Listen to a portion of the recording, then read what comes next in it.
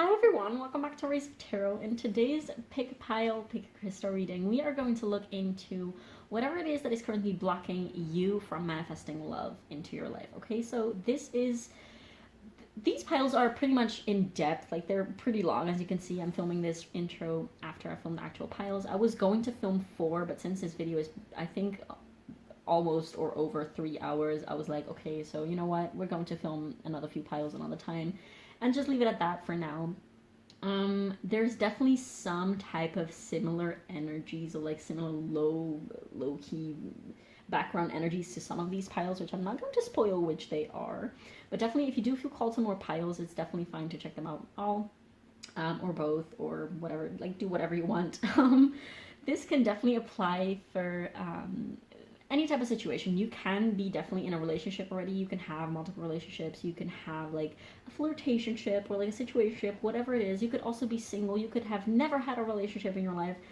It's all like, this doesn't matter. This is not necessarily about any specific relationship or like connection in specific, but this is just about inner patterns and belief systems and I guess thoughts, limiting beliefs that you have within yourself that are basically preventing love from coming into your life. Okay, so again, this doesn't have to be about any other specific person, but this is really about you. There are definitely some shadow aspects that have come out in these readings, so you don't have to sit through anything that you don't want to hear. If you don't like the messages, then you can just click off and go on about your day and find a reader that is that is more about light readings. I'm never going to sugarcoat or just like hide shadow aspects if they have to come through. Do remember that, again, you do have free will. Only ever take what resonates and what empowers you. If there's something that just doesn't sit well with you, then it's probably just not meant to be your message, okay?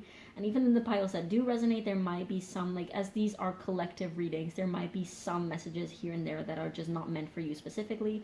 So again, only ever take what resonates. And I found it very important to give this disclaimer, especially in this video, because some messages were pretty, I want to say, brutally honest. And yeah, these are definitely meant for people who are ready to look into, I guess, the less pleasant and nice and pretty sides of themselves, and the people who are ready to face themselves, like face their bullshit, I want to say, in the most loving and compassionate ways. Okay, this is never to like bash you or to say like, oh, look at how bad and wrong you are. Not at all. This is just like a compassionate way of saying this is how you're holding yourself back.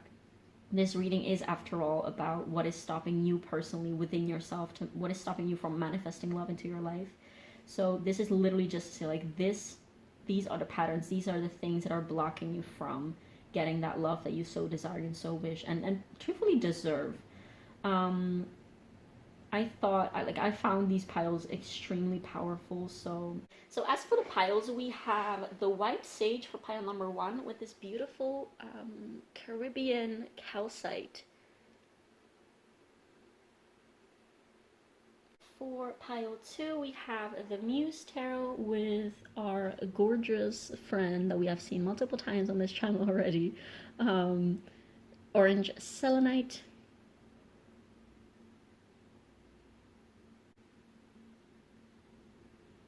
And then for pile 3, we have the True Heart Tarot with this chunky big ass rose quartz raw crystal. So take how much ever time you wish to pick your pile. Feel free to pause the video if you need to. And I've done meditations in the past couple videos, but there were some problems with like the music. I took the music, of course, on like royalty-free websites, so I thought there was going to be no problems. But apparently YouTube picked it up as what is it called? Like, they picked it up as something that was not okay to do. So yeah, I'm going to not do that for this video specifically. I'm sorry about that if you really like those. I'm going to figure out a way to do that because I kind of like including those for those who want to partake in those. I'm going to figure out how I can go around that issue. And yeah, so thank you so much for watching, and definitely feel free to leave a like and subscribe, as that really helps me with the algorithm. And also definitely feel free to leave me a comment down below letting me know how this resonated, as it means the world to me to just like read and know how these readings land on the other side of the screen. So yeah, thank you so much for watching, and I will see you in your pile. Hi, pile one. So if you chose this beautiful blue Caribbean calcite crystal point right here, as well as the white sage tarot, this is going to be a reading, and we are going to go pretty much in depth about whatever it is at the current time that is blocking you from manifesting love. So this can be applicable for everyone. This doesn't have to be any specific situation. Like, you could be in a relationship that is not going like you would want it to go, like that is not going as in depth as you want it to go. You could be single and not have your eye on anyone. You could also have a crush on someone or be in love with someone, and you're not able to move on from this, or to like manifest someone into your life. This could be applicable for literally everyone, because we are pretty much going to look into, I dare to say, shadow aspects of you, and basically hidden subconscious patterns and belief systems that are at play currently right now within you, that are, I guess, yeah, just blocking you from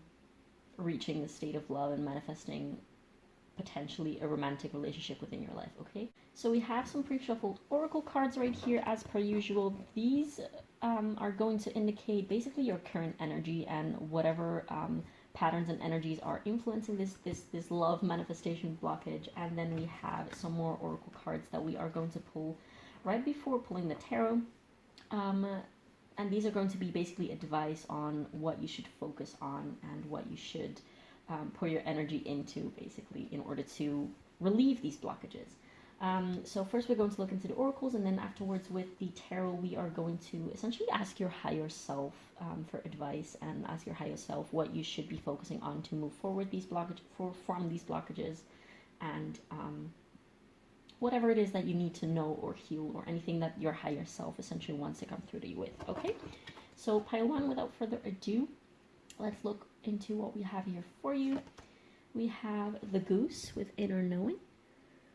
And this card reads, you are a brave traveler. Your soul knows the way. Be confident. You will achieve your destination. Loyal friends are always with you. Don't worry, you are blessed. Let yourself fly. Next, we have Perception with the Heart Chakra.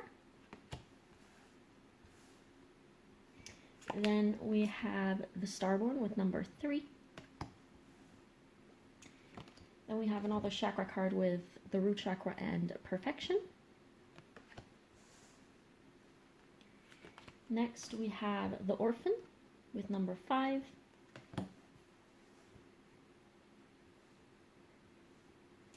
Then we have Happy Life, Live a Less Guarded Life.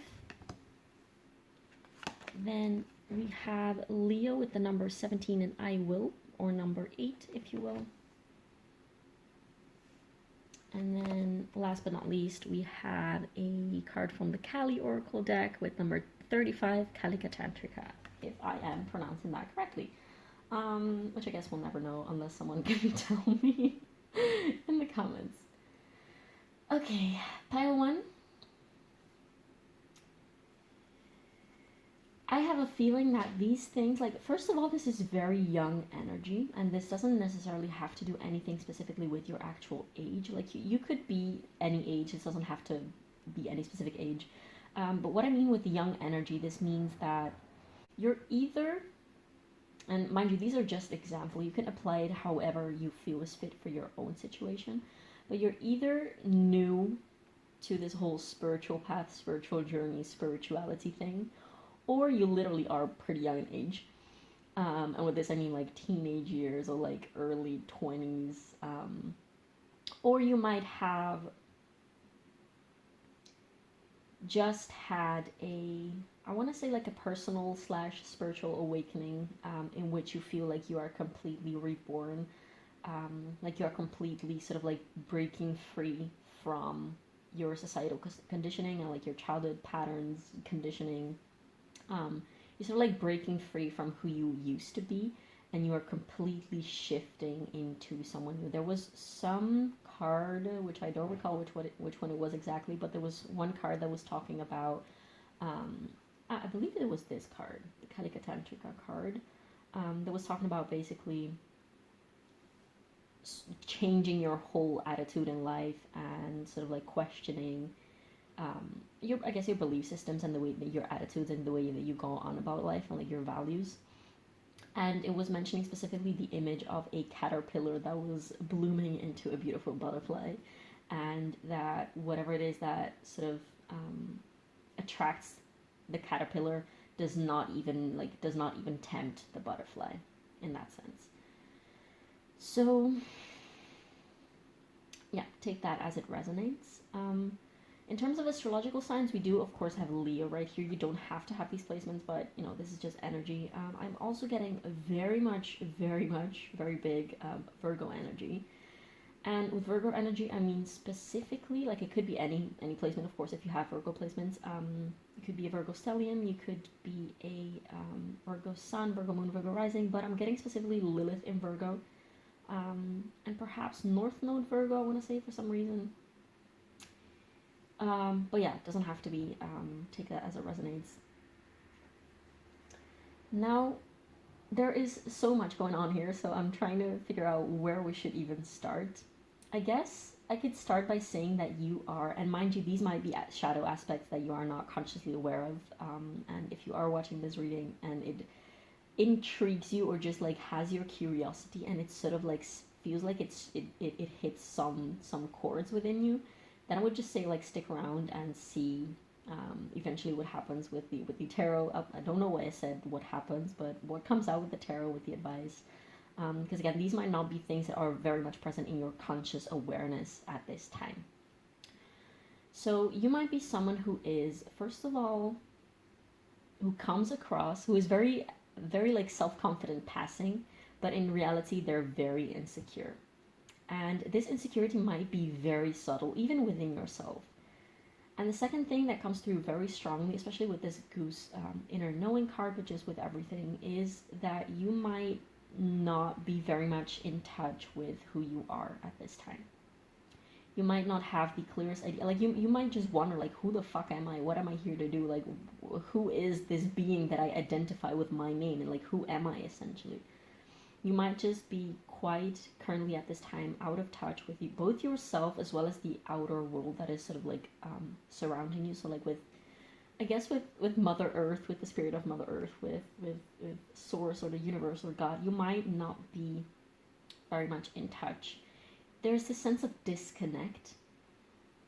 Like if you would have to like give a theme word for this spread, it would be disconnect, because there's disconnect from your true inner self, like your core truth. There's this disconnect from the world at large and the universe in that sense, like it in a spiritual sense, literally. And there's also a disconnect from, I guess, potentially like potential partners or people that you have your eye on, or someone that you might like, or even like the person that you're, or like the people that you're in a relationship with right now, if you are in a relationship at all. And this is because, like, all of this is coming out because I'm currently, like, smiling like a motherfucker, because this is actually, like, this is very tough energy. But all of this is sort of, like, cracking you open, cracking this shell open. It's funny because we also have this, like, this egg cracking open with the Starborn card right here. This is cracking your shell open to sort of, like, initiate you to such a great level of inner knowing and of self-understanding and of self-awareness that is going to be so freaking empowering to you that I cannot even begin to explain. Like, this is such, there's so much potential in this energy right here for, like, I want to say, like, a beautiful, such a powerful spiritual awakening, as well as like a personal awakening to your own personal power and your own personal truth. You might be someone who, first of all, also with this perfection card, like, you can see that there's this, like, this person, but there's like an inner, smaller version of herself sort of like trapped inside of her that is not really coming out. And when she is coming out, like, this card especially is about this sort of like frustrated, obsessive need for honesty. This card is also really about, like, honesty without kindness is just cruelty. It's about this person who is always constantly telling others basically what they're doing wrong, or something that is, you know, like not perfect or not great in their life, and just like without compassion, because they're like, oh, I'm doing you a favor by shedding light on whatever it is that is going wrong right now. And this is actually causing this person to lose people, because people don't appreciate that necessarily. It's not what she says, but it's how she says it, and the fact that she's there's this sort of like entitlement to tell people off, to sort of like give unsolicited advice to people. And I'm not saying that this is what you do, mind you, like it might be something that you do, take that as it resonates, but the whole point of this card and what like its role in this whole spread is essentially your focus is currently on the wrong place, and just the way that you go on about things might not be exactly serving you well, also in terms of just in general in life, but also in terms of like manifesting a healthy, beautiful, like compassionate, nurturing, mutual love. You might be someone who very much indeed values, like I'm getting King of Swords vibes and like Queen of Swords vibes. You're someone who is, you might be an air sign. We also have this inner knowing card with the goose, which is of course like a bird, so air sign might be significant. You might be someone who values a lot of like masculine traits. I'm getting for most of you, you will actually, it doesn't have to be, you could be non-binary, you could be gender fluid, whatever, but I get for most of you, so take that as it resonates, I get for most of you, you will identify as a female, or you will have some sort of like a predominantly inner feminine energy. Or you might actually be someone who has actually both 50-50 of masculine and feminine. But the thing is, right now, currently, you might be focusing a little bit too much on the masculine aspect of yourself and of your psyche and of your own persona, I want to say. This card is also all about letting the feminine rise. And not necessarily that you have to literally just like walk on the masculine. That's just like depicting. But this card is all about letting your inner feminine rise and like sort of letting loose of that strictly logical and strictly masculine, I want to say, way of going on about things. So valuing things like, you know, always being sort of very, very much out there and very active and very involved in other people's lives, and sort of like always calling people out on their shit, and being very logical and rational, and valuing these things over things like following your heart and nurturing emotions and caring about people's emotional states and even your own emotional state. So like this is of course like one of those things that your outer world and your outer relationships really reflect and mirror your own inner relationship with yourself. So you might be someone who is willingly or unwillingly, like you might be not aware of this, but you might be someone who is quite hard on others. Like you might be someone who really just like, it might come from a very loving place. Like you might be like, oh, I really want you to do well and I want things to go well. So like if I see that something is going less than optimal, then I'm going to tell you so that things can go better, essentially. But you value things going right very, very much. And this also, especially within the context of a relationship, might manifest as whenever something goes wrong, or like whenever you have a fight, or whenever the other person does something that is not like 100% good, or they might not be 100% like there for you at all times, you might sort of get these intrusive thoughts and be like, okay, so this is not my person, this is never going to work out, this is messed up. You know, people never change, and if they are this way, that it just means that they have unresolved problems that they're not going to be willing to work on, and this is all going to shit, and you know, just a very, I want to say, negative view on mistakes and on when things are not good, I want to say. And this might definitely come from inner childhood trauma. So definitely like inner child work might be something that you want to look into. And I will be doing inner child readings. I've been meaning to do one for like the longest time, but something else always comes in between. I'm like, oh, I want to do this. So stay tuned for inner child readings if that's what you're into as well.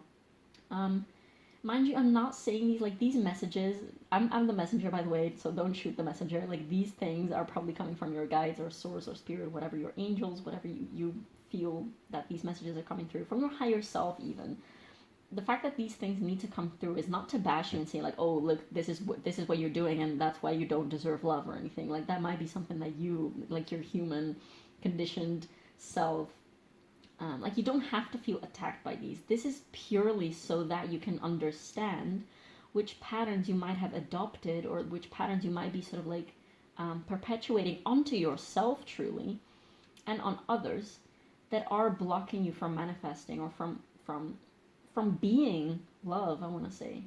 Like, there's this need with, especially with this happy life, with like live a less guarded life, there's this green, and also with this perception card, which is also a heart chakra card, there's definitely such, like, at its core, what this is, it's a need to come back to yourself, to get to know yourself, and to get to know your heart, and to sort of like listen to your heart more and act more from a loving and from your heart, from a loving energy and from your heart space.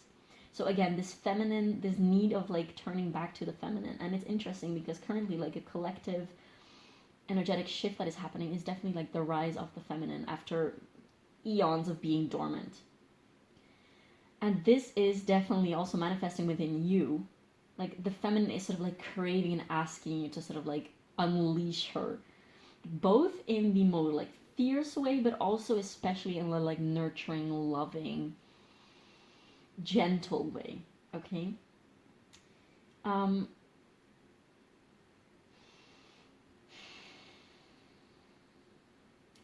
All of this that I just said, again, like, as I mentioned, like, your outside world and like the relationships that you have with other people are very much mirroring the relationship that you have with yourself. I mean, you could say relationships because we have multiple versions of the self within ourselves. But definitely what I said at the beginning, like, you might be very much passing as someone who is very confident, because you might be like so outspoken, and you might also even be very confident about your exterior, being like, caring very much about your taking care of yourself and being clean and smelling good and all that kind of things, which is nothing bad. Like, that like queen energy, absolutely. And even if you don't identify as a queen, like king energy or non-binary royalty energy, it doesn't matter. But those are great things. If those things make you feel good, then you should 100% go for them and not sort of like drop them for any reason. Like, if those things empower you, then 100% sis or bro or sibling, whatever, just like go for it totally.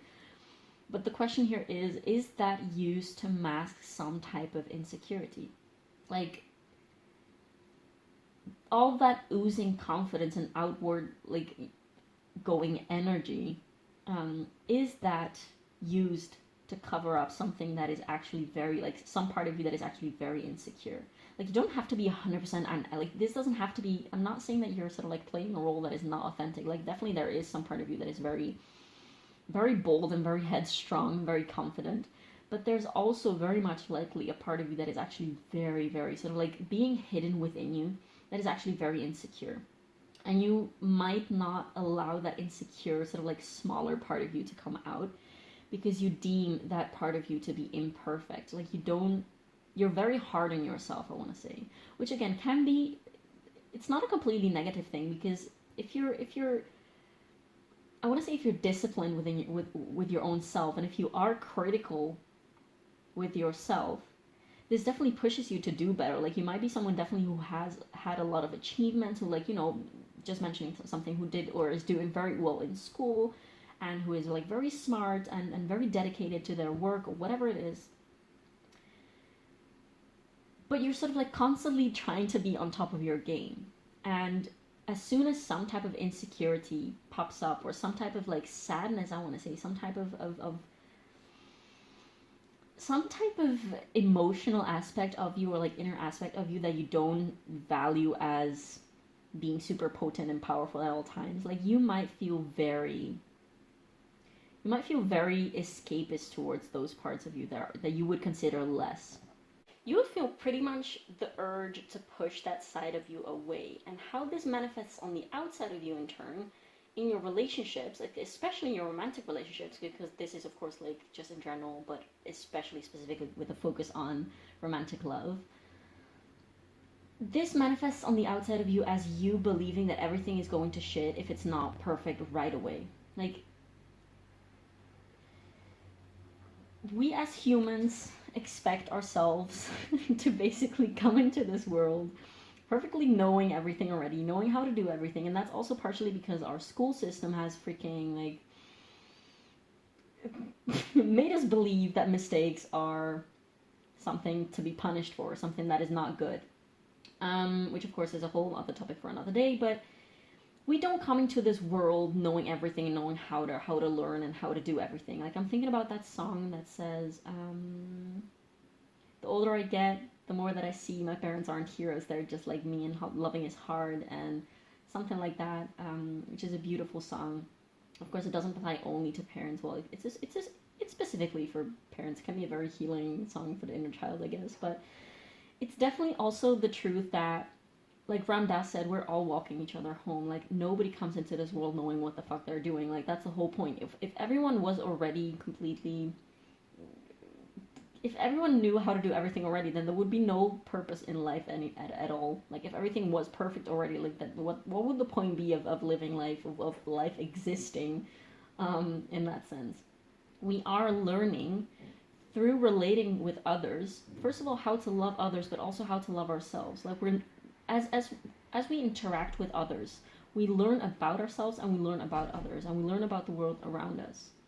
So when things like fights and mistakes and whatnot, like negative things that aren't exactly like super smooth and well flowing and pretty and sunshines and rainbows, when those kind of things happen, instead of looking at them like, oh my god, this is catastrophic and this is not the person for me, like they're not my perfect person, they're like, I'm not, this doesn't feel perfect, instead of looking at it like that, take those things as cues and clues of what is it that I value, what is it that I need to work on, what is it that we as two people need to work on. And especially for you with all these like heart chakra cards and things about like the feminine rising and this need for inner knowing, this is definitely an invitation for you to get to know yourself, get to know what your needs and wishes and wants, and distinguish between those things, and learn your boundaries, learn how far you're willing to go, learn which things are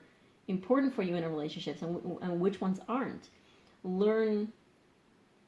Just learn everything about yourself, and also get in touch with your inner feminine and get in touch with that nurturing. Like, I feel like this is, and it can sound harsh, but this is definitely there's a very big invitation for you to be a little bit more understanding and compassionate and empathetic and nurturing and caring towards, yes, your partners, but also just like people in general.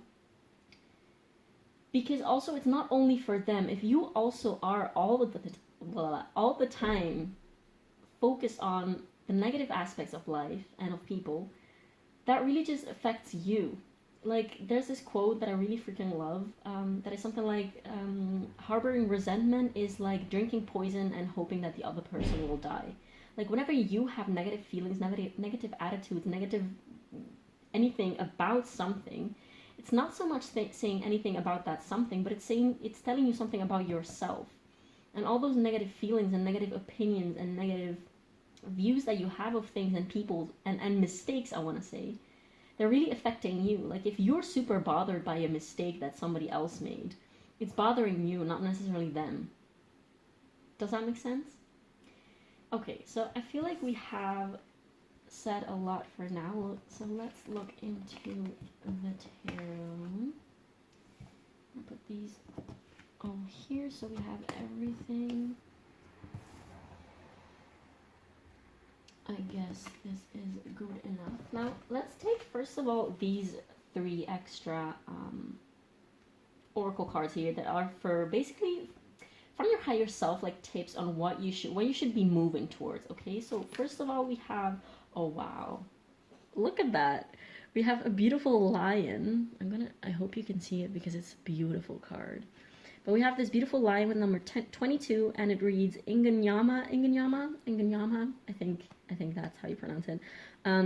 Honor of the Ancient King. And I want to put this right below the Leo card. Ah, gorgeous.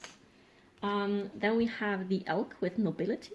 And this card reads, celebrate your accomplishments with humility. You are crowned with success. Powerful forces guide you. Your ability to conquer challenges is limitless. Yeah. Yeah, I'm rooting for you. And then look at what we have here. We have the heart chakra with number 4. And this card reads, the frequency of the heart chakra, the green flower of life, supports our capacity to love deeply and unconditionally. Its healing properties harmonize the mind and the body. It's very on brand with everything that we just said. We love to see that. Okay, so this is freaking amazing. I'll try to keep it brief before moving into the tarot, but this card specifically, like these all encompass essentially what I already just said, so it's just a reiteration of the fact that this card specifically is about the divine masculine. So the masculine traits that you have been displaying, like, this is very much a call to balance your inner masculine and inner feminine, especially like the positive traits of both. So like not this card is really about like roaring the truth of, like, allowing the truth of your heart and the truth of your soul and of spirit to roar through you with confidence and passion. And it's also about gently and compassionately doing so, like being a leader but not a dictator, being someone who is not necessarily there to change others, but who is there to lead others and to basically show by example, and of nurturing, I want to say, nurturing your inner masculine and allowing yourself for rest as well when needed, and also allowing your feminine side to sort of like support. And like this is also a call for like getting in touch with the divine just in general. So again, what I was saying, also the Starborn card is really much a call to look into your birth chart actually. So if you're not already into astrology, this is literally just like a clear invitation of doing so. But these cards are especially asking you to sort of like take a step back, just take a deep breath, and sort of like not take everything so seriously. And the values that you have been carrying with yourself, so that of like ruthless truth and of discipline and of constantly being at the top of your game and you know, all those like, I want to say harsher realities, like you should not drop them altogether because there's so much power in those, but look at the extent to which you're bringing those things. Like reevaluate, like how much do I value this, and am I losing something else along the way by pursuing these things? Are you forgetting your heart? Are you forgetting the gentle nurturing part of speaking out your truth? This is definitely a lot about like your voice. There's a lot about speaking, like, yes, you are someone who has a lot of insight and who has a lot of knowledge and who can help people do better in that sense, but in which way are you doing it? Like, are you doing it in a way that is sort of like ruthless, and why are you doing it? Are you doing it to show people that you know better, or are you doing it because you actually care about people doing better and because you want people to heal and to do better? I want to say this is really an invitation of just speaking out your truth with gentle compassion. And here, celebrate your accomplishments with humility. You're crowned with success. Powerful forces guide you. Your ability to conquer challenges is limitless. Like, you can do anything. And with this,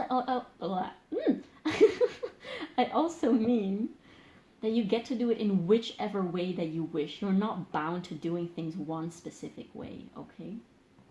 So with that being said, let's put these to the side as well. I want to, yeah, some cards are going to be covered, but, you know. So now let's take some other messages that your higher self wants to come through to you with. Let's see if they have something more to say to you, or if they are just going to reiterate or going a little bit more in depth about all that we said. So Pile 1's higher self, what type of insight do we have? What kind of messages? What does Pile 1 need to focus on? Perhaps just specifically in romantic relationships, when they're romantically getting involved with people. What does Pile 1 have to focus on? What is important to know for Pile 1 when engaging romantically with someone? What does Pile 1 need to know at this time? Okay, so we have the Emperor, again, this divine masculine. Look at all the ways in which your masculine is not coming out as divine, but rather as sort of frustrated and I want to say belittled, but also belittled by whom? You're probably the one belittling you because you have these standards and these values. And this is not to say that it's your fault, because again, this doesn't come from anywhere. This might be very much like societal conditioning and childhood conditioning, I want to say. But definitely look at where that comes from and look at how the divine masculine and also divine feminine, but this card specifically about like how the divine masculine shows up within you. I'm not sure if I showed you the card, but look at how cute he is. I'm also thinking about, like, what is this animal called? Jesus, like a oh my god, I don't know, but I know that these animals, like, if they there was like a meme or something, but if they sort of like bend their head downwards, they sort of like stab themselves and die. So like they of course don't do that, but this is really showing me that you have the capability to sort of like hurt yourself by your own attitudes and by your own energy. Like, you have the ability to hurt others, but you also have the ability to hurt yourself by those same very mechanisms. Like, hurting others is hurting yourself, and hurting yourself is hurting others. Next we have the Nine of Pentacles. Yes, sir. Which goes below the card of perception, which this card also really talks about abundance is a matter of perception, essentially. Didn't talk very much about this card specifically, like the meaning of the story behind this card, but it's interesting that this card wanted to come out below the perception card, because yes, Nine of Pentacles, like abundance and just confidence and self-worth and self-value and just people doing great, like Queen and King energy as well. Like, it's all around you. You just need to look for it and see it from a different angle in order to be able to even see it. This card wanted to come out like that. Oh, Queen of Pentacles. Oh my god, yes. This is definitely a call for... Oh my god, I love elephants so much. Look at this baby elephant right here. This is definitely a call for being nurturing and caring and actually wanting to be of service. Like, there's definitely very much Virgo energy. And if you yourself don't have Virgo energy, like you might have had a parent who was a Virgo, but yeah, there's definitely a need to get in touch with nature and perhaps also with animals. Like look at your... There's this phrase or thing that people say is like, you can see a lot about... You can know a lot about a person you can know a lot about a person from how they treat animals. Like, what is your relationship with animals? That is probably like an invitation for you to look into. We have the Seven of Cups in reverse. Yeah, don't be so doubtful. Like, you're a very doubtful person, low key, and you want to cover that up by being sort of like super strongly opinionated, I want to say, like both about yourself, and you might have definitely like some fixed energy to you as well with this lion imagery, and of course with the Emperor we have Aries with fire. There's definitely a lot of air and fire here, but there's this need to get more into those watery and earthy energies, so like the feminine energies. What else? What else does Pile 1 need to know? What else does Pile 1 need to know? We have the Magician in reverse. Exactly. Oh my god. The Magician is about basically having all four elements within yourself. What the fuck did I just say? Oh my god. It's about having all four elements within yourself. Basically having every single thing within you that you need to basically manifest. This is also about manifestation. Oh my god. Sorry, I got so excited. But it's about you have everything within yourself to manifest whatever it is that you want. And if love, like a beautiful magical love is whatever it is that you want to manifest, then go look for that water and that earth element within you, because I feel like you're very comfortable and confident within your air and fire energies already, because the Magician came out in reverse. So this means that you don't feel like you have everything, but the truth is, yes, you do. You're just blocked and disconnected from that reality. Okay, so go look for that feminine and masculine balance. Do we want to take one more card, or do we want to take clarifiers?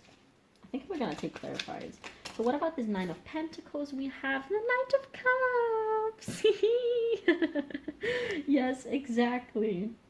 in order to manifest that beautiful abundance around you, and even that beautiful abundance like within relationships, be a little bit more nourishing and gentle. Like, go offer people that beautiful cup. Like here it's specifically, I believe it's a cup of coffee or like a cup of cacao or something. Like, do small little gestures for people, and they will be so, like, you can catch more flies with honey. What was that? You can catch more flies with honey than with vinegar. I don't know why you would want to catch flies, but maybe it wasn't that way. But you know what I mean. Like, you can attract more love by being gentle and soft with, rather than being harsh and judgmental, I want to say. Then below the, exactly. Oh my god, I can't believe this is just reiterating what I'm saying the whole freaking time. Below the Emperor, we have the Six of Pentacles, which is all about giving and being of service and offering things to people and being aware of the fact that the situation can turn around at any time. Like, how would you want people to treat you? Treat others how you would want to be treated. Treat others how it makes you feel good to be treated. Like, do you want people to feel threatened by you? Do you want people to feel judged by you? Or do you want people to feel supported and nurtured and nourished and loved by you? Like, what is it that you want to create in connections and relationships and embody that, essentially? We have the Queen of Pentacles, which is clarified by the World. Yes, sir. Then, to clarify, the Six of Cups. What about the Six of Cups?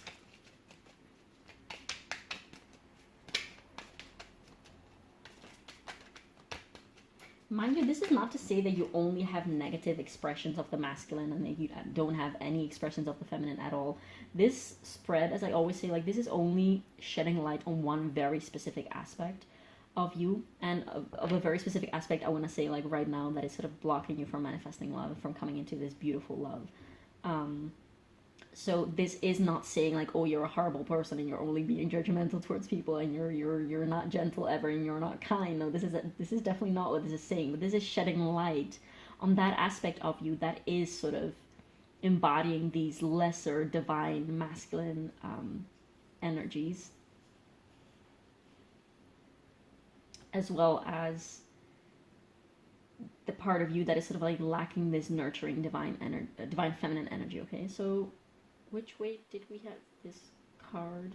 Okay, the Seven of Cups is clarified by the Sun in reverse. See, exactly, like, all this doubting and this sort of like this doubting yourself, I want to say, and this doubting whether this person is the right person because they made a little mistake, or whether you guys are meant to be together because it's not going exactly as it's meant to be right now. This is sort of like taking away from your shine. Okay, the fact that things go wrong sometimes doesn't have to mean that there's no light at all. Like, again, this reiterates what I just said. Like, the fact that this is just shedding light on this specific aspect, this doesn't mean, this is not reflective of your whole being. This is just reflective of one specific aspect, and this is the same for other people. Like, whenever you see something, I want to say wrong in other people, it's not about who they are as a whole. It's just one specific aspect of them. What else is there? What are the positives? There's a need to focus on the positives. To clarify the Magician, we have the Fool in reverse. I want to show you this. This deck is so cute. It's so cute. But it came out in reverse, and on the bottom of the deck we have the Seven of Pentacles. Exactly. You might be wondering, like, is there even anyone out there who's sort of like meeting my standards? Who is? It's interesting because we have the World and the Fool in reverse. But you might be wondering, like, oh, like, if there was actually a lot of relationships in the past that sort of like went wrong, and then it sort of went downhill, and no one was ever the one. You might be wondering, like, is anyone out there even, like, is there even anyone out there for me? Like, if you're doubting that, yes, there is, but with this specific attitude that, like, this is, remember, this is what is blocking you from manifesting love. And I know some of the messages that were brought through this reading were not the most pleasant, but this is definitely something that, if you are still watching this is definitely something that is coming from a very loving way. Like, this is some tough love, okay? With all this Virgo energy coming from a Virgo sun, this is definitely some tough love coming at you. This is definitely meant to shed light on these aspects and to show that you don't have to be so freaking hard on yourself and on others. Because remember, this is just like the way that you see others is reflective of the way that you see yourself, and the way that you see yourself is also going to ripple out onto others as well. This is just saying like balance your inner feminine and inner masculine, like those divine aspects of you, because they are very much there. You're just not in touch with them right now. There's this need of getting in touch with nature, in touch with the universe, in touch with the cosmos, in touch with yourself. Dive deep within yourself. Take some time out in nature to just like breathe and not be so constantly like, I want to say like a victim of your rationality and of this constant thinking and opinions. Like your rationality is not all that there is to you. Like you should not only be valuing your brain. Your heart has a lot of wise and valuable things to say as well. Okay? Four of Cups. Yeah, exactly. Same energy as what I was just saying with the Seven of Pentacles and the Seven of Cups in reverse. Like, you're not seeing the beauty and love in other people, and you're not finding it because you're not really finding it within yourself. And if you find it within yourself, you're if you change perspective within yourself, your perspective on everything else will change. That whole thing that I was mentioning at the beginning, that you're sort of like shedding layers and you know, the whole caterpillar and butterfly imagery. That's what you might be currently going through it, and if not, you're on the brink, on the verge of going through that, because this is definitely, if this is coming up in your consciousness, in your awareness right now, this is something that is, it's leading somewhere, okay? And it's leading very most likely to that beautiful love that you have been feeling so disconnected from. Now, I want to take some advice from your higher self to you. So what advice do we have for pile one, please? What advice do we have for pile one? Do we need to take this? I guess. Death. I'm learning that endings are merely beginnings. Exactly. Like this I'm thinking, if you had indeed, like, doesn't have to apply for everyone, like you don't have to have had relationships or at all to resonate with this, but if a relationship has ended, it doesn't mean that it's failed. It just, like, you probably have come out of it with a lot of new insight and a lot of new experiences that you can use at your own benefit. So death doesn't have to be, like, death, symbolically speaking, doesn't have to be this negative thing that we really think it is. Peace. I'm a being of love and I release all negative energy. Exactly. This card rarely comes out in my readings for some reason, but it's beautiful. Look at how beautiful these colors are together. It needed to come out in this pile, and it doesn't need much more explanation, I want to say. What else do we have from Moonology? I like to call this deck by our name. What does Moonology have to tell pile one? What advice do we have for pile one? Or anything for pile one? What do we have for pile one? Okay.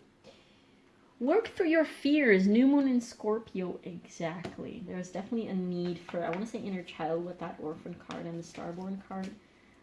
Look at where your patterns came from. Like if you're seeking to heal those things and you don't know how, probably look into shadow work, inner child work, things like that, so that you can understand yourself and also be compassionate towards yourself. Like, it's not that you're a bad person for having these, I want to say, coping mechanisms. It's not that you're bad for having these things. Like, you have to find that compassion for yourself as well. What else do we have? What do we have to... Okay.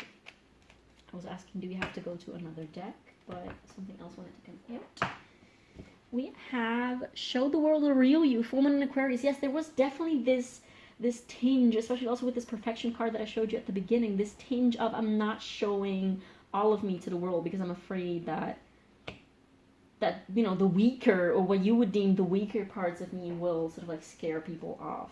But that's the contrary. Like, vulnerability and showing people that you're human, showing people that you have flaws and that you are working on those and that you're not ashamed of your flaws, that actually pulls people in. That makes people feel very much safe with you, safe to be themselves and safe to open up. That makes people feel very much safe to you. Like, it's an invitation to others to also be themselves, essentially. Now for the grand finale, or no, I have another deck that I want to use in a minute for advice, which is my own panel messages.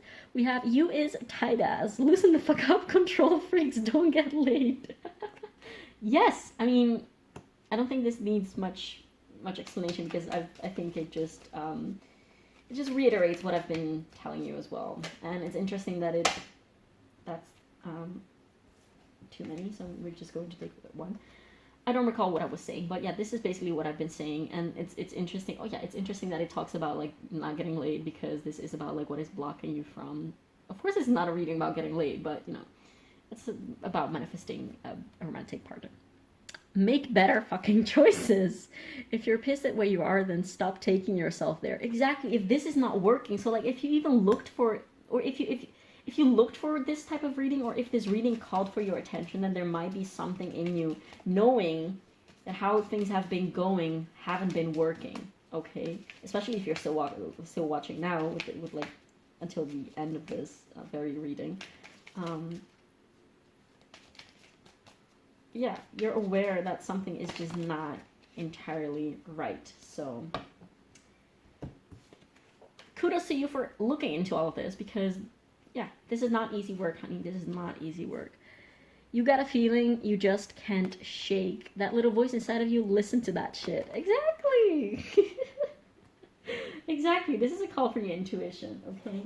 Listen to your intuition, because she talking to you, honey. She talking to you, and you're not listening like me, because you're in your brain all the freaking time. Okay, so we're just going to take a few cards from this channel messages deck that I made. See what your higher self or the universe wants you to focus on at this time. What does Pile want you to focus on or be aware of? What does Pile want you to focus on and be aware of?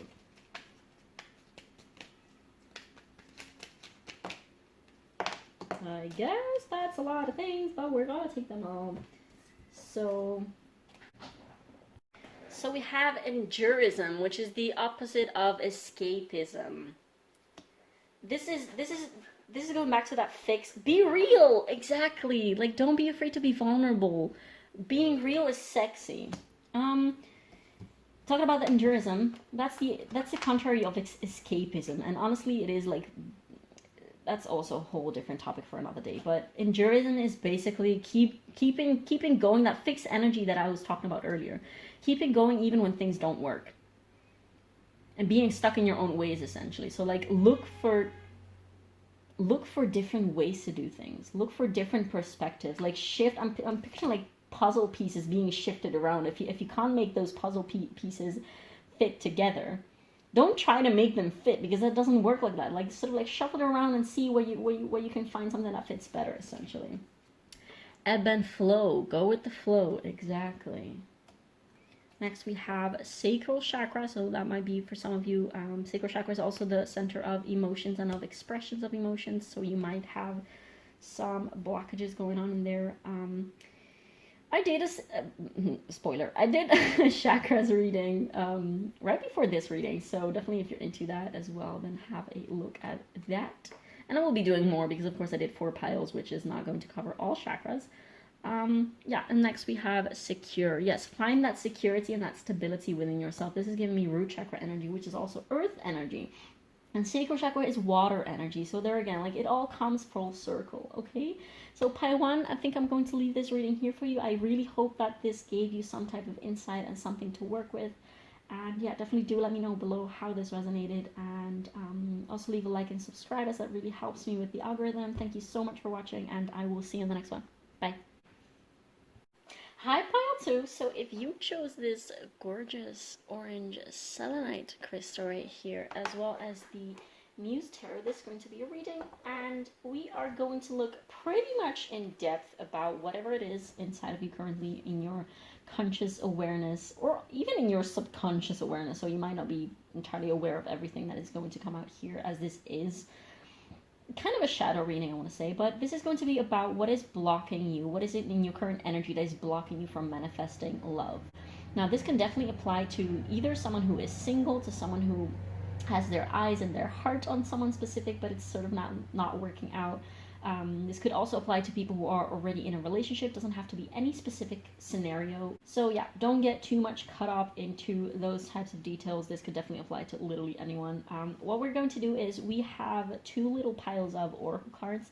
The first pile is basically going to enlighten us about whatever it is indeed, like your patterns or like system beliefs at play currently within you that are blocking the flow of love, blocking you from manifesting, or I want to say from becoming love. So to effortlessly manifest that into your reality. And the second little pile of oracles is going to be, we're going to look into that just right before the tarot. And it's going to be basically advice on this current situation. This is advice from your higher self. And the tarot is always going to show us a little bit more in depth. It's going to give us hopefully a little bit more clarity about what your higher self is wanting to tell you, wanting you to focus on, wanting you to know about this. And in order to heal, I guess, these patterns or beliefs. So yeah, without further ado, let's look into what we have here for you. We have the Raven with Shaman. You are the creator and magician. Use your gifts for good. There's power in your wisdom and words. Connect with the elemental spirits and glide through the void. Claim your peace. Claim your place as a keeper of the mysteries. Whew. Next we have Kairos, which is all about divine timing. Like right place, right time type of energy. Next we have Impatience with the throat chakra. Then we have the Desert. And that is number 37. And Kairos is, oh god, that is 76, I think. 37 reduces to 10, and 36, did I say 36? 76. 76 reduces to 13, so 4. Okay, that was hard. Next we have the Destiny card with the Crown Chakra. Next we have Slow down to relax. Break to enjoy the beauty around you! Exclamation mark. Next we have two Black Moon astrology cards. The first one is number 8 with Chiron and Healing.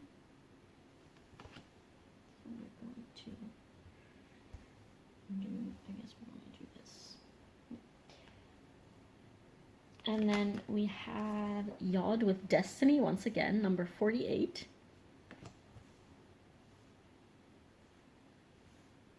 And last but not least, from the Kali Oracle deck, we have 10 with Kundalini Shakti. So, pile 2, this is pretty straightforward. I don't know, like the previous pile was very long. I feel like the first section of the reading. I don't know how long or short this will be. It could be that it's going to be pretty short, but I don't know what will come out just like as I speak. Because this is actually pretty straightforward. This is not so much about your deepest shadow aspects of like actual patterns that are blocking the flow of love into your life, or like from blocking you from manifesting love. But this is just like a little step more on the surface and more on your in your conscious reality. I keep wanting to say that, I don't know, but yeah, something that is basically being needed to be brought to your attention. And that is essentially that you don't trust the universe in bringing to you whatever it is that you either ask for or want or desire. There's 3 cards that talk about destiny, and this, I guess that this Kundalini Shakti card also does talk about divine timing and things rising and unleashing and untangling, because the Kundalini Shakti is basically Kundalini energy awoken. You might definitely be someone who is a little bit older in age, and I don't mean like old, like it doesn't have to be like, it could be any age, but this definitely does have, for some of you, you might definitely be around like Saturn return ages, so like 20, I believe 28, 29, 30, something like that. I mean, it's not that that's old. I'm 25 and I'm turning 26 this year, so I don't see that as an old age. But since the previous pile had a little bit of a younger energy, like some people might have even been like under 20 or something like that. Anyways, this is besides the point. There is okay, you have this mistrust and distrust in the universe in bringing you whatever it is that you wish and need. And I have a feeling that some of you might not have even placed their wish, like you might not even have placed like a specific clear order into the universe. Like you might have not, you might struggle talking to your guides, or like struggle getting in contact with your higher self. You might struggle with being connected to the vibes of the universe, I want to say. And for this reason, there's also a lot of resistance that does not come in the form of actually resisting instead of pulling away and pushing away from love, but it actually comes in the resistance of seeing things for as they are. Like there's this lack of clarity. There's many cards here that talk about lack of clarity and sort of like this grainy vision and this obfuscated lack of clarity, I want to keep saying. Your resistance towards manifesting love does not actually come, like it, as I just said, like it does not come in an avoidant way. It rather comes in a too, what's the word? In a too enthusiastic, like an overly enthusiastic and impatient, I guess that's just the word that I was looking for, which is right here, of course.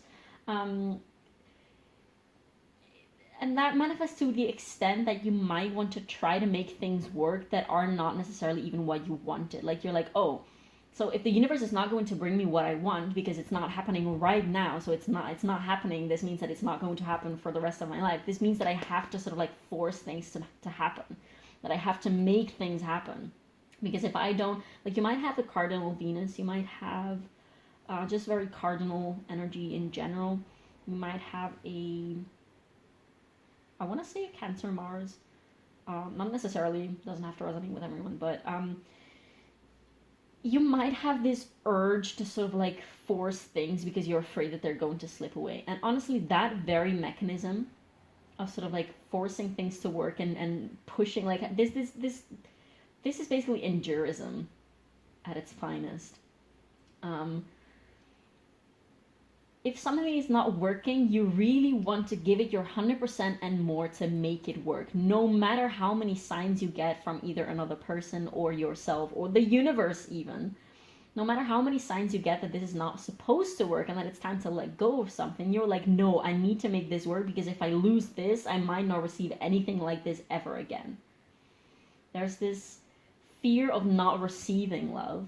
And this distrust in the ability to receive it. Like you low-key don't believe that it's possible for you to find love, to find like true love, or to find like a beautiful, healthy, powerful, empowered relationship.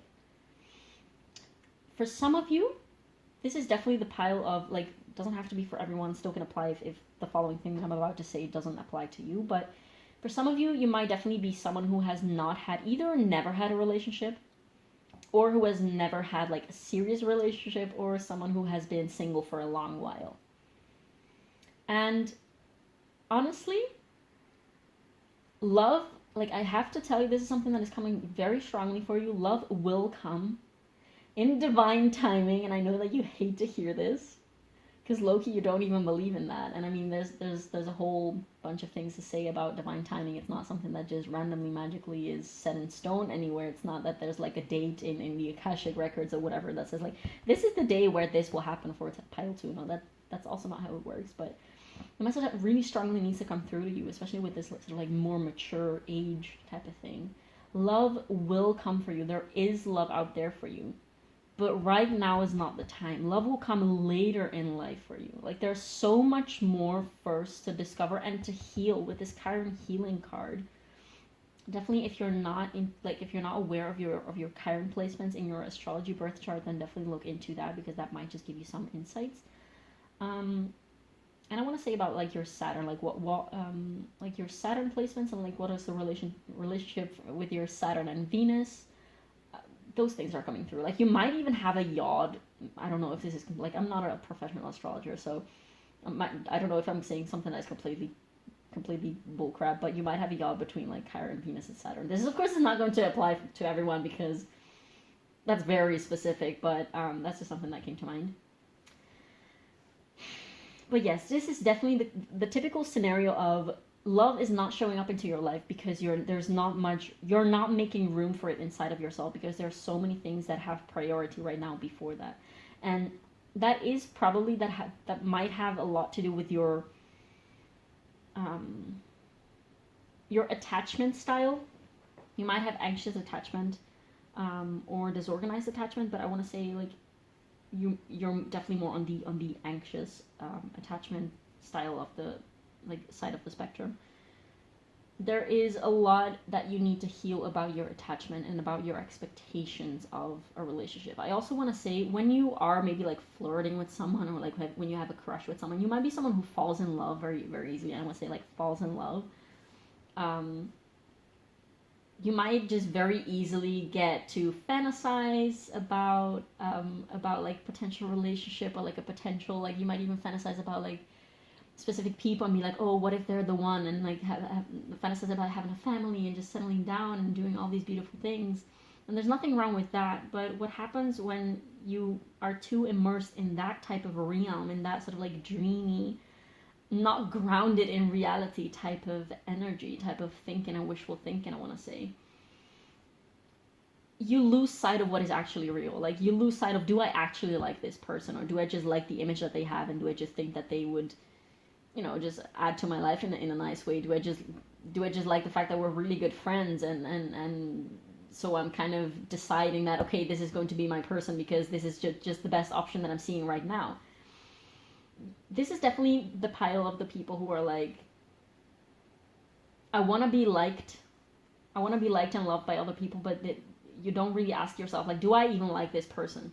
Like you might be someone who accepts and welcomes and embraces flirtationships and like flirts for the sake of, I want to say, the attention, and because it feels nice to be wanted, but not because you actually like that person. Like you might, for some of you, this is not going to resonate with everyone, but you might, for instance, getting engaged, involved. Like you definitely might have ambivalent attachment style, definitely. For some of you, you might definitely be ambivalent with the more anxious. Like in the earlier stages of dating or whatever, or like being involved with people, you might be on the more attached or like anxious style. But then as soon as someone actually shows you interest, you might get sort of like detached and be like, whoa, this is actually scary. I don't know if I actually want this. And that's because you sort of mindlessly get yourself into situations with people that you don't even truly like. And that's because you really want, like, you love love, and there's nothing wrong with that, because love is one of the most beautiful things that we have as humans and in life. And you deserve love, and it's coming for you. I'm freaking telling you, it's just not coming right now, because right now there's a lot of other things that you need to be focusing on. Healing, essentially. And this is also not to say that you can only have a beautiful relationship once you're healed, but there's definitely some patterns that you need to heal. Which again, I don't feel like this part specifically of this reading, like if you did feel called to another pile, definitely go check that out, because at least the previous pile went very much into detail about one specific aspect. This is not about a specific pattern. This is just showing you just like a layer on top of that, okay? So definitely if you felt called to this pile and another pile, check those out as well, because they might actually go a little bit more in depth about what your actual patterns are. But this is basically asking you to be aware of the fact that you have certain patterns and certain belief systems at play and attitudes that are, those very patterns are blocking you from even recognizing or even having clarity about what love is and what a relationship should look like for you. And gaining clarity about the fact that, and being so secure in yourself, I want to say, that you will not settle for anything less than it is that you want.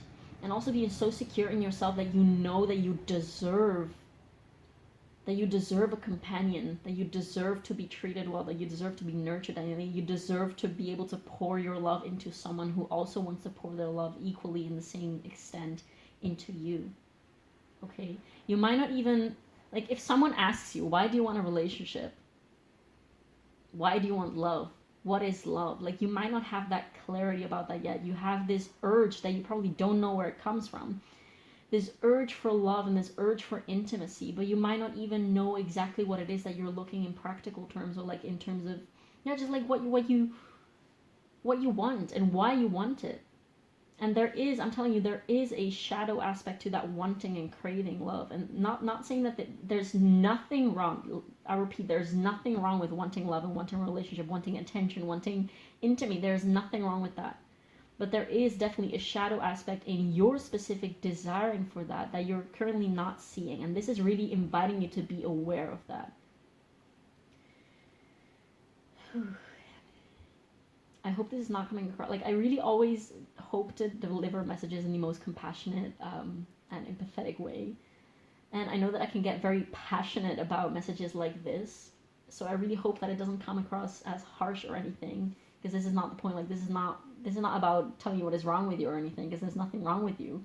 But there's definitely, especially if you're watching this reading, this is really highlighting aspects of you that need to be uncovered so that you can move forward and be a healthier version of yourself, or have more awareness about yourself, and have more awareness around love and what love is and what a relationship should look like to you. Also, something that I want to say, like with these three cards especially, there's this frustration again, like I already kind of mentioned it, but you might be someone who is extra nice to people because you want them to like you. Like you might work extra hard. I'm thinking of love bombing. Like, that might not be something that you do like consciously, but you might definitely be someone who really cares about coming across positively and pleasant to other people. And almost not in a consciously manipulative way, but definitely there is some degree of, again, of shadow reasons for doing that. Like, you don't necessarily do things for people or are nice to people because you enjoy doing that for the sake of itself, but it is because you hope that they will see you in a nice way. You hope that they will, like, you give in order to receive. You don't give to give, you give to receive, because you want to feel good about yourself. And again, there's nothing wrong with that. Of course you want to feel good about yourself, but look at the ways in which you're doing it. Are they serving you? Are you actually being authentic and vulnerable with people? Are you actually being in tune with yourself? Are you in tune with other people? I want to say also, like, you might not even see other people clearly, especially like your crushes and all that, as I mentioned just now, because you sort of like think about, you fall in love with the feeling of being with someone rather than falling in love with that someone. There's definitely a lot of like volatility around your like romantic connections and flirtationships and whatever. They never really land because you might at some point just like something within you, like there might be this little spark that at some point just like sort of like dies out. Why is that? Because you get over that first stage of sort of like being all in love with the fact of being in love and of having a crush and being liked. And at some point you're like, okay, so now that we have had this first phase, I actually, there's quite some things that I actually don't like and then don't make me super enthusiastic anymore. So I kind of don't, I'm not feeling this anymore. Why? Because you didn't see it for what it was. You fell in love with the feeling that brought you. But that feeling, that sort of like honeymoon stage feeling, is not going to last forever. Of course, like when that is faded away, what is left? And you never sort of, you really hope for things to be honeymoon phase and just like beautiful butterflies and rainbows and sunshines all the time, but they simply aren't. There's this definitely, like, you might definitely have Pisces placements. You might have Pisces moon or Pisces Venus. Perhaps also some Libra placements. You might have a Chiron. Did I mention some Chiron placements, or was it the previous pile? I don't know, but you might have like, yeah, water placement Chiron. You might have a Chiron Pisces. But yeah, definitely there is something that is asking you to heal. And in order to even be able to know what that is, of course, like, feel free again to check out other piles to see if something resonates there for you, because this is not yet about that specific pattern. Perhaps when we go look into the advice oracles and in the tarot, something will actually come out. But this is merely just asking you to look at, to be aware of the fact that there is some type of pattern that is very much embedded and imbued within you. That is first of all making you act in ways that you're basically preventing yourself from manifesting true love, because you're not even, first of all, you're not recognizing it. And I mean, of course, this is the whole point of this reading, so I don't have to tell you that there's something that is blocking you from manifesting love, since you clicked on this for that specific reason. But definitely, like, there's this lack of trusting the universe and of trusting the fact that you can even receive beautiful love and be loved and be love. Definitely that. And also just this lack of clarity about about, I guess, yourself and your wounds and the reasons why you even want those things. This is definitely very much inviting you to become more aware of those things. Okay, so I feel like we have said what we needed to say so far. I'm going to put these to the side so that we can take the next round of oracles in terms of what your higher self wants you to know, wants you to focus on. We have 4 cards here for you. And we have Ponopono with number 27, Immeasurable Power of the Heartway. Beautiful. Then we have number 30 with Panthera, the Precious and Rare. Next we have the Hummingbird. There's something with birds. The Hummingbird, Miracles. You are the joy bringer. You bless the world with positivity and love. Energy soars on your shining wings. Spread the miracle of happiness. So gorgeous. And next we have the Merkaba with 32. And this card reads, the frequency of Merkaba supports our ability to use our consciousness to traverse into other layers of reality and dimensions. It activates our access to our Akashic inheritance as well, merging the totality of our experience into our present to serve our highest purpose. Yeah. So what these cards, I don't know why I said it in such a weird way, but what these cards are calling you to do and to become aware of is basically like, this is coming from your higher self. This is very high vibrational energy.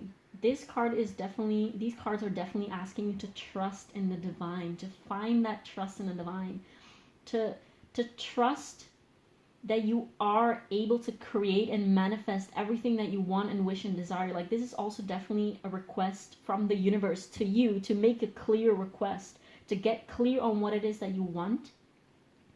Be it through prayer, be it through writing it on a bay leaf and burying it in the earth. Write down or like make a clear request, like place it in order to the universe of what it is that you want, and leave it. Just leave it at the hands of the universe. The universe will always give to you whatever it is that you want. And it is easier for you to receive when you are in a state of gratitude. Like, imagine if someone is very grateful, like if you do something for someone and they're grateful, then it makes you more willing and wanting to do something for them, right? The same way goes with the universe. Like, if you're grateful for what the universe is already giving to you, the universe, it's just easier for you, first of all, to pick up on the things that you are receiving. And it's easier for the universe to even give it to you because you're not open to receiving, then you will not receive, of course. I want to read actually from I'll take my iPad real quick. From the guidebook, these 2 cards, because they can explain, where is it?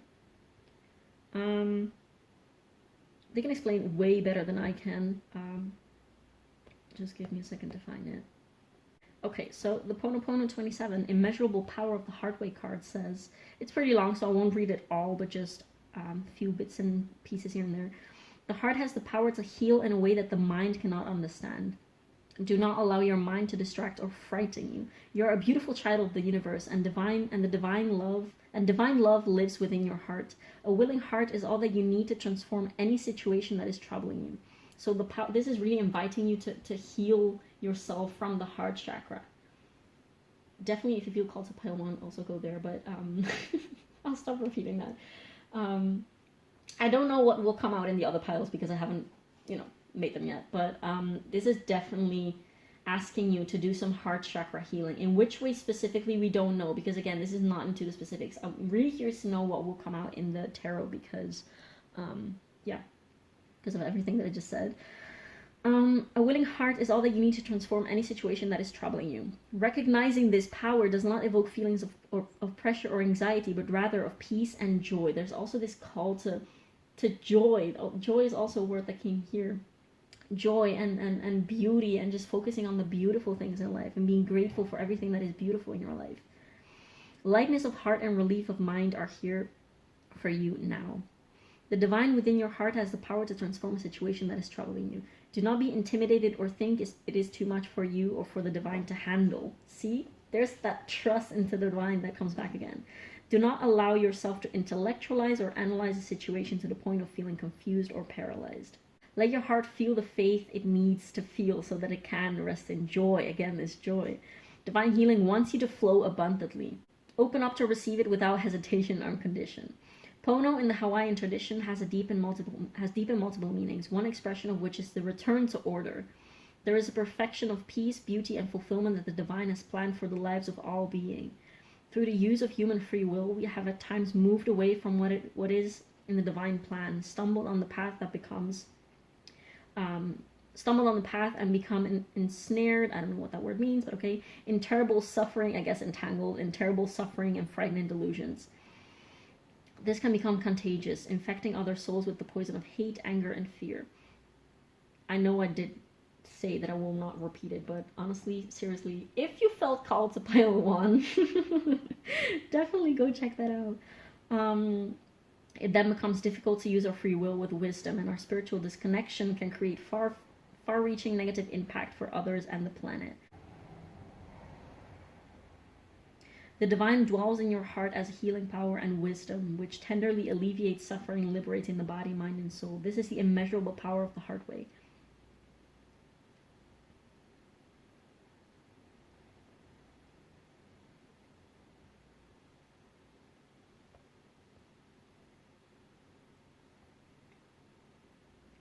Oh, and there's actually a 4 steps practice that here it says the heart power thrives through the simple 4-step practice that can be done by anyone, anywhere, for any person or situation that they would wish to transform. And this is the process. It's step 1. I'm sorry. Say out loud, I am responsible for this situation. I feel so sorry for this. Let your heart be in compassion, and you might feel the emotion that is evoked by what you're saying. Step 2, please forgive me. Ask for forgiveness. You don't need to think whom you are asking it of. Just say, please forgive me. As you speak these words, feel the remorse you connected with in step 1. As you ask to be forgiven, those of you sensitive to energy may feel or sense a release of energy taking place.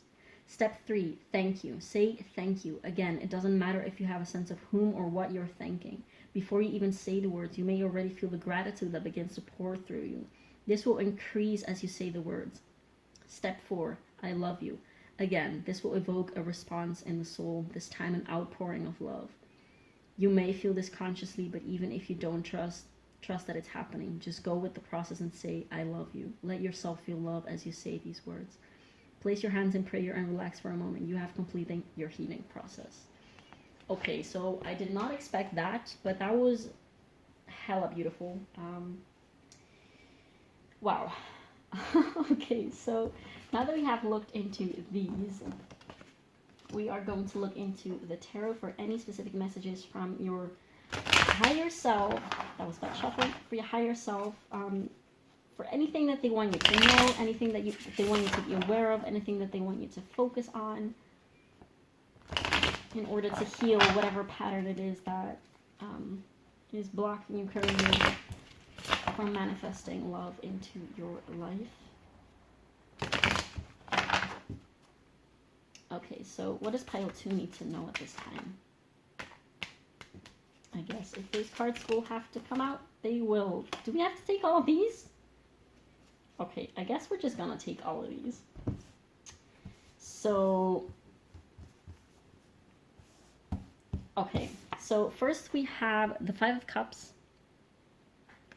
There might be some type of grief that you have not allowed yourself to feel, and that you,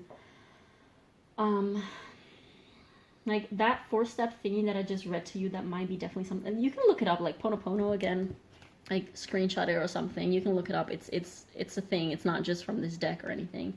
But definitely you might look into that practice for this emotional healing. There might be something that needs release from your heart space, because definitely this is all very much leading you into paying attention to your heart space, and I feel like that might be very scary for you, because maybe opening your heart might be actually very deeply a painful thought for you, because there might be so much pain inside of your heart that you don't even dare going near to it, because it scares you to feel that pain.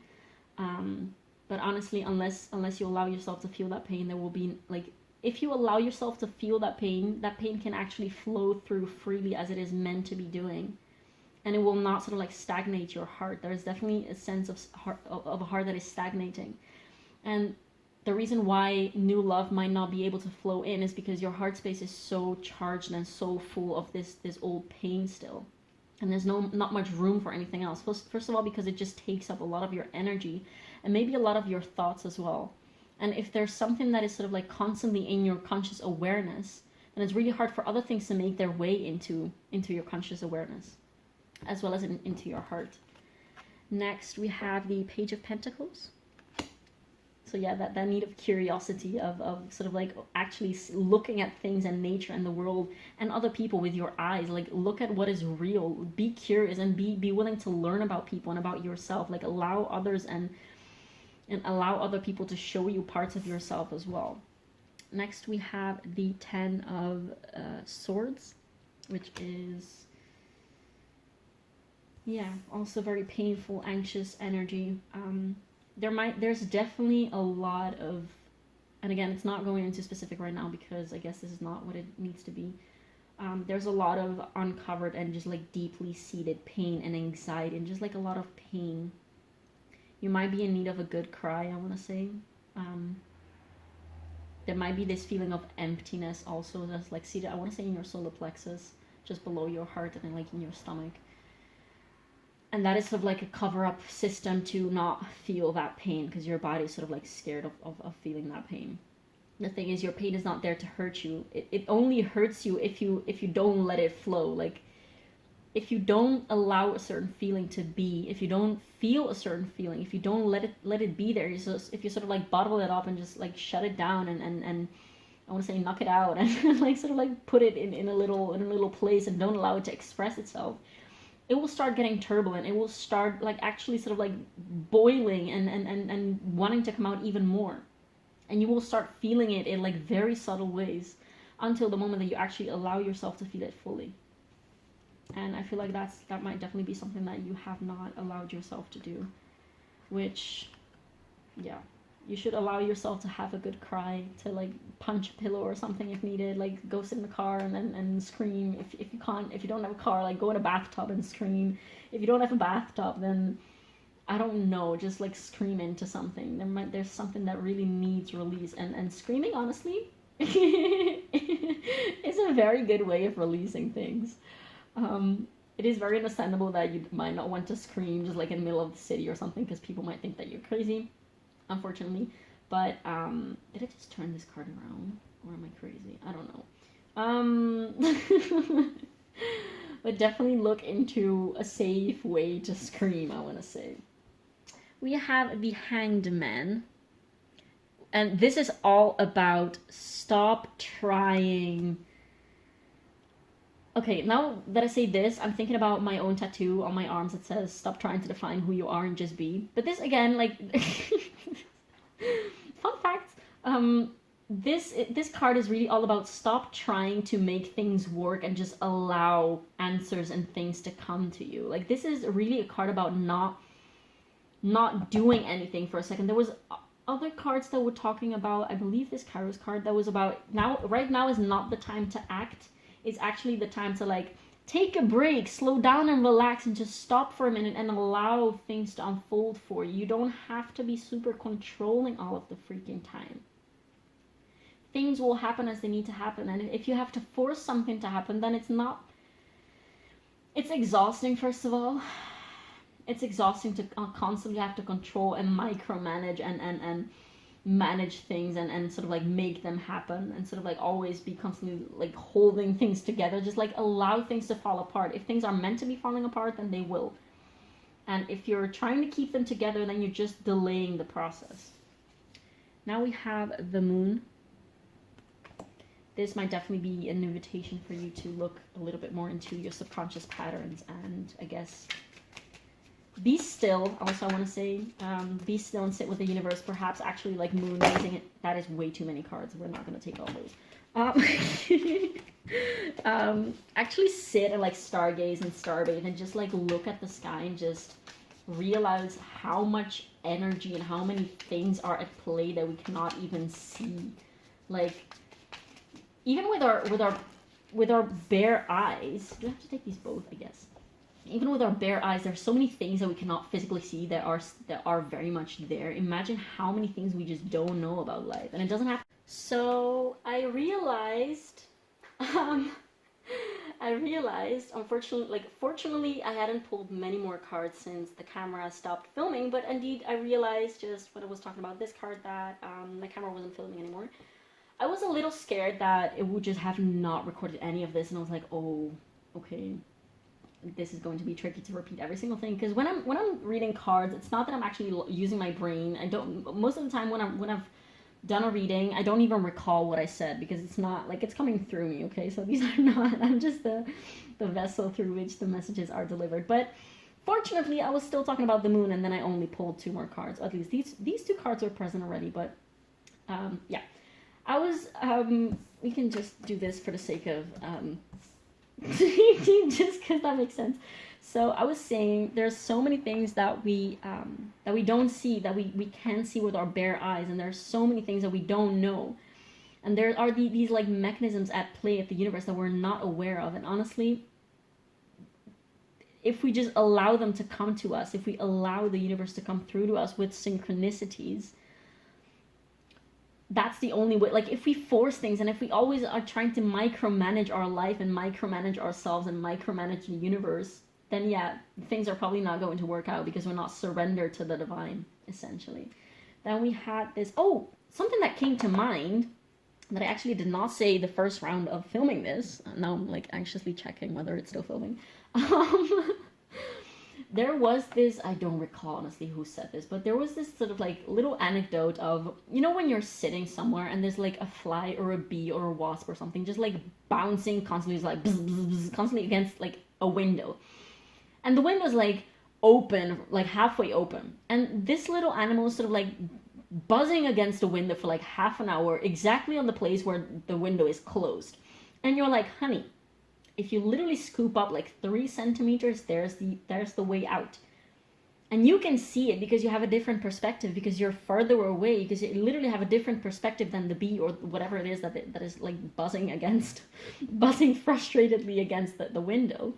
The bee cannot see it. The bee thinks like, oh my God, I'm so stuck and so trapped.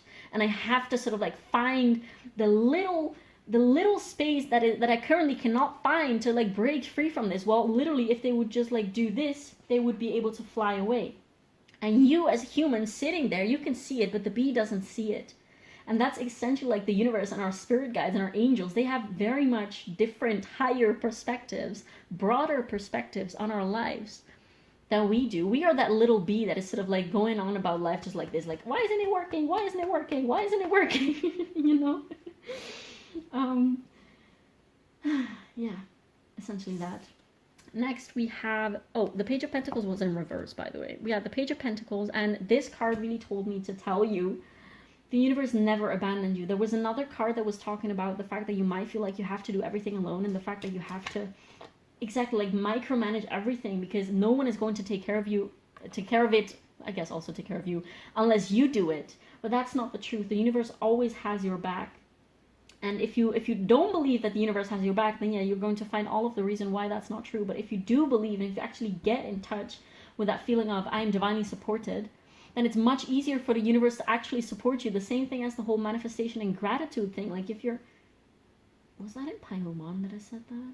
Oh my God, I don't know. But if you're open to being taken care of, then you will be. If you're not open to being taken care of, you will not even see the signs and the proof of the fact that you're being taken care of, because you will just translate it through the lens of your trauma and of your limiting beliefs that you're not being taken care of. Well, that's not the truth of what is actually happening.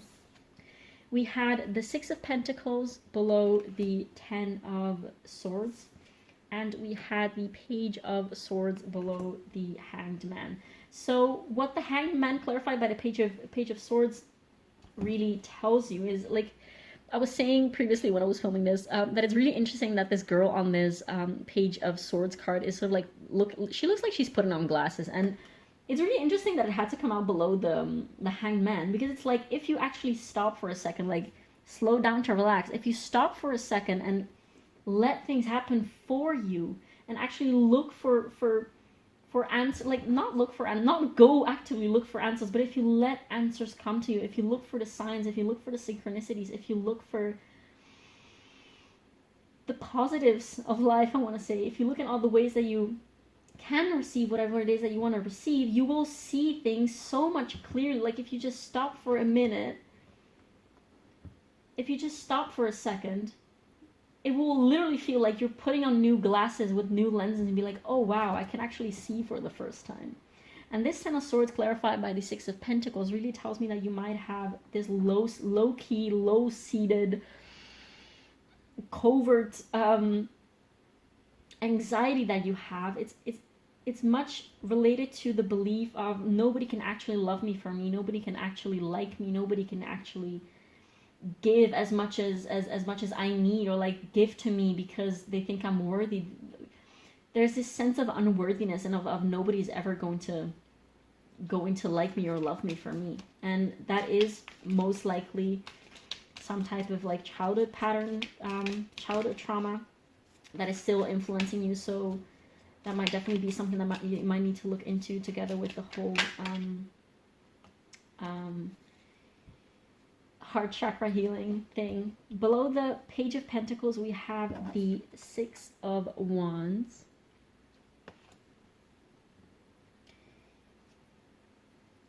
Yeah, essentially this is like, look for the beautiful things and look for the positive sides and look at all the ways in which you're succeeding already, rather than sort of like never being satisfied with what you have and sort of like coming from a place of lack, I want to say.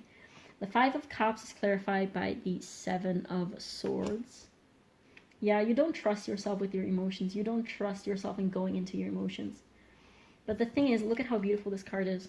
The thing is, if you actually allow yourself to go into your emotions, you will find a whole new landscape of like a whole, I want to say, of new colors and newfound light and of freedom. You will break free from them because like your emotions are currently kind of keeping you trapped, I want to say. But that's only because it's a vicious cycle. It's not that your emotions are actually keeping you trapped. It's because you're keeping your emotions trapped. You're keeping them so bottled up inside of you. Your pain, you're keeping your pain bottled up inside of you.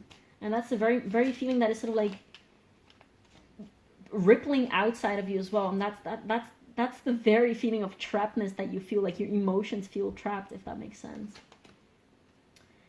The Moon is clarified by the Ten of Cups. Exactly. If you only dare to look into the places that you're scared to look and look into the places that you haven't been looking, you will find so much emotional healing and so much emotional fulfillment that it will blow your mind.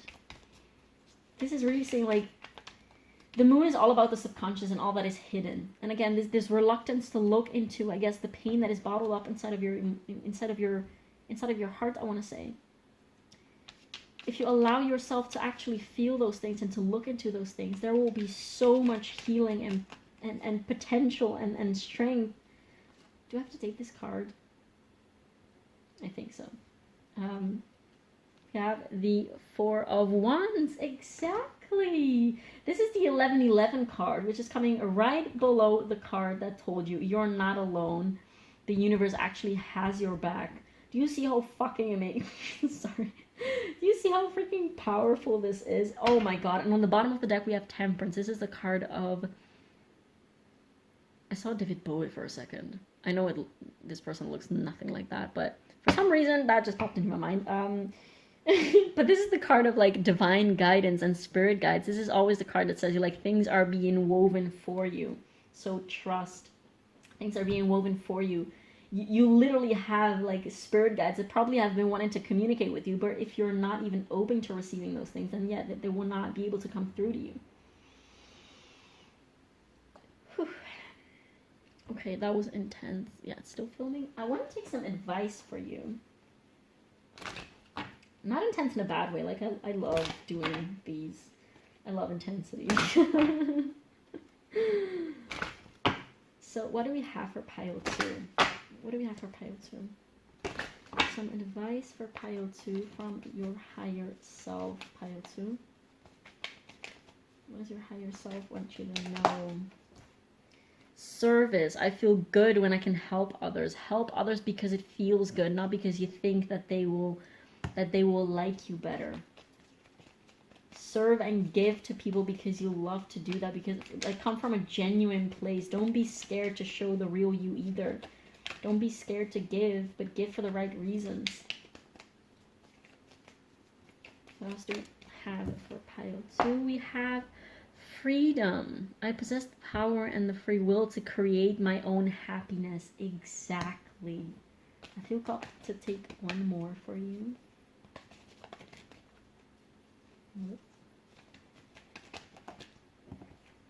And we have this card came also out in the previous reading, and I said in the previous reading, as I will reiterate now, this card rarely ever comes out in my readings for some reason.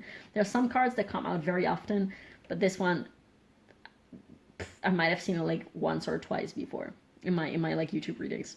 Actually, my YouTube readings not at all, I believe, but just in my readings in general. Anyways, peace. I am a being of love, and I release all negative energy. Exactly. Beautiful. Next, let's ask Moonology what she has to say about all of this. So, Moonology, what do you have to tell us? What do you have to tell us, Moonology? What do you have to tell pile 2? I keep wanting to say pile 4, but... Okay, so we have... The end of a tough cycle approaches, full moon in Capricorn. We love to see that. And we have, you're very close to achieving your goal, Gibbous Moon. I love this teal color. So gorgeous. What else do we have for pile 2? What else do you have for pile 2?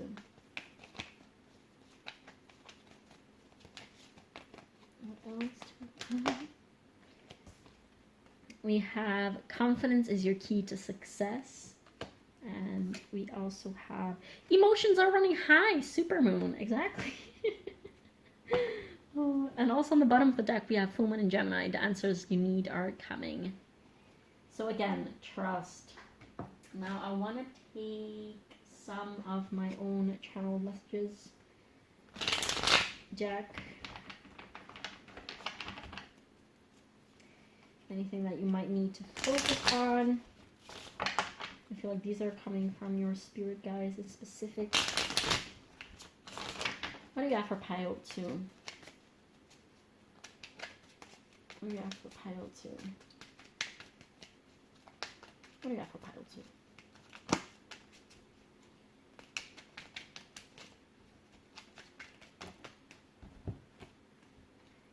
Roller coaster, ebb and flow. Life is up 1 second and then you're down the next one, and then you're up again and then you're down the next one. Enough. You are enough. You probably might, like I was sensing some type of solar plexus energy, but you definitely might yeah, lack that confidence again, like the lack of trust in the fact that you deserve and that you that you're even capable of being loved, I want to say. And confidence is the key to success. There's definitely a lot of internal work in terms of, I want to say, like both solar plexus and heart chakra. But know that you are enough, and anyone who makes you feel like you're not enough is just reflecting their own insecurities, because someone who is confident and someone who loves themselves does not feel the need or the urge to spit venom, I want to say, onto others. Trauma lens. What what the fuck was that? What was I just saying? You're looking at things from your trauma lens. I don't even recall writing down this card, but you're definitely... that sounded like a turkey. Oh, now I can see people sort of like replaying that weird part of my video. I know I will. But, exactly, you're looking at things from your trauma lens. And nobody probably wants to take care of you, that the universe doesn't want to take care of you either, that you're alone, that you're probably going to be alone forever. That's not the truth. And that is definitely something, that is the very most inner core belief, like limiting belief that you, I guess, have to heal in order to even be able to recognize love and to be open to love in that sense, and to embody that love, I want to say. Sacral chakra, this also came out in the previous pile. But yeah, definitely some emotional healing is needed. Yeah, I keep like want to say like you might need a good cry. What is this? Narrow vision. Exactly. That's the same thing. Like this trauma lens is narrowing your vision very much down to... This page of swords is asking you to change your lenses essentially so that you can see clearly. Because the things, like the way that you have been seeing things so far are just not accurate and reflective of reality. Well, like also at the beginning with this desert card, there was, like I mentioned at the beginning, there was this like unclear sort of like grainy vision. So yeah, definitely maybe meditate. I'm thinking like plant medicine, rape or kuranga, how you want to call it, sananga if that's what you're into.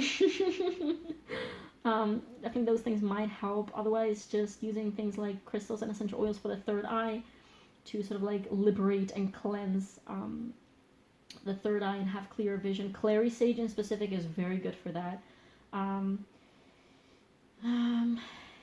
Yeah, meditation in general, I guess, can also really help. And grounding practices. Grounding sounds not super straightforward, but grounding is so crucial for gaining clearer vision and for a clear third eye. But yeah, let's take some other advice messages from our favorite Rebel deck. We stand this deck on this channel. My favorite Oracle deck. Because it's pretty stupid and pretty straightforward, and I fucking love that. I just saw the card, you need a good fucking cry. I've been seeing that. Okay, so... Oh, wow. You are loved. You're here for a reason. Don't fuck it up. I love that this came out here for you. Hell yeah. What else do you have for pile 2? What else do you have for pile 2? What else do we have for pile 2? Advice for pile 2. What is it that pile 2 needs? Oh, again! Love. Oh my god. It keeps slipping through me. I guess that's very fitting with how you feel. Like, sorry, I hope I'm not coming across as insensitive. But love. Get some, give some, it will cheer your ass up. Exactly. And then we had this little lightning bolt thingy. Why does it keep getting out of my hands? Figure shit out on your own. No! Rebel deck, this is not... I don't agree. I don't agree with this specific message because I literally said, like, you don't have to do it on your own. This is probably how you... This probably didn't come as... This probably sounded to you in a very much more comforting or comfortable... You're much more comfortable with receiving messages like this rather than this. Okay, and that is shedding light on the fact of your trauma lens, essentially. Don't be so hard on yourself. Know that you are loved. And that you're not alone. That's what the universe is telling you, okay? So even the reactions to these messages tell you a lot about what your truth is and what just tell you a lot. Like, your reactions in your emotional body with physical reactions to things is really tell you a lot about yourself, I guess. What else do we have? That one went... We're very fast. That project, that person, that idea is waiting. Get after that shit. The world has your back. Yes! Exactly! That's what we needed to hear. Okay, so... Pile 2, I guess this is everything that I have for you today. I really hope that this brought you some type of insight, some type of clarity, some type of empowerment. Definitely do feel free to let me a comment down below. Leave me a comment down below letting me know how this resonated. It means a lot to me to hear how this lands on the other side of the screen. And yeah, also definitely feel free to leave a like and subscribe, as that really helps me with the algorithm. And yeah, thank you so much for watching, and I will see you in the next one. Bye. Hi, pile 3. So if you chose this beautiful, big-ass, chunky rose quartz crystal right here, as well as the True Heart Tarot, this is going to be a reading, and we are going to look pretty in-depth about whatever it is, like whatever belief system that exists within you right now, or like whatever pattern or anything that is currently blocking you from manifesting love. Now, this can apply definitely to anyone, so you you could be in a relationship, you could be single for like a billion years, you could have a flirtationship thing going on, you could have your eyes on someone. It doesn't really matter. This is pretty much about you, so it doesn't have to be about any specific situation, but it's just about things that exist within you that basically are blocking you from welcoming the love that you want and deserve and desire, blocking that from coming into your life. Okay, so in the first section of the reading, we are going to look into these pre-shuffled oracles. I also have a few oracles that we're going to look into. Oh, spoiler, I hope that was not showing anything. But these are going to, we're going to look into those just before the tarot. First, we're going to start off with these, but essentially to look into your current energy and whatever it is that is blocking you from indeed manifesting love into your life. And then we're going to look into the tarot afterwards in order to see basically whatever it is that your higher self would want to tell you, whatever your higher self wants you to pay attention to in order to heal these blockages. Afterwards, at the end of this reading, we are going to look into advice and channeled messages. So yeah, definitely stick around for that. Now, without further ado, let's see what we have here for you. We have the Penguin with Authentic. Reach out to your tribe in times of need. Family gives you strength when you face a storm. Love your uniqueness. You are full of surprises. Break free from others' expectations and just be yourself. We love that. Oh, look how cute that is. There's like a little baby penguin. Penguins are strange animals, but we love penguins. Next, we have the Sacral Chakra with Service.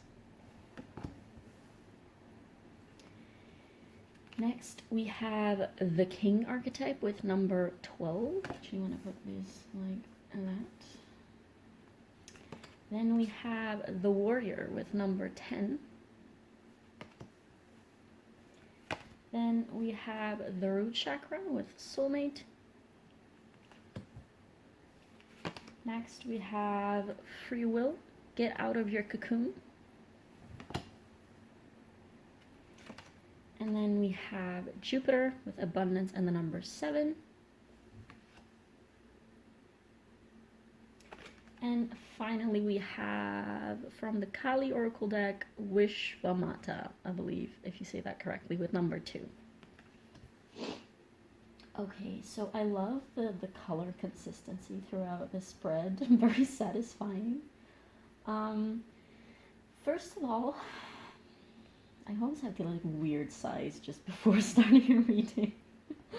Okay, so first of all, this could definitely, doesn't have to apply for everyone because you can definitely still resonate with this and this could still be your energy if you're not in a relationship. But this could definitely, for the most of you, I feel like this will be for people who are in a relationship or who have had in the past quite some serious, like long-lasting, I want to say serious relationships. And I will say that for most of you, you will be a more feminine energy rather than masculine. And what you desire to manifest in like a potential partner or partners is a somewhat more masculine energy, especially also because we have the King energy right here. There's a lot of third eye chakra going on, especially in like this specific area. Where do I even start? There is this, like, the reason why, if I have to say it in like a few words, the reason why you're failing to manifest love into your life is because you're not embodying love.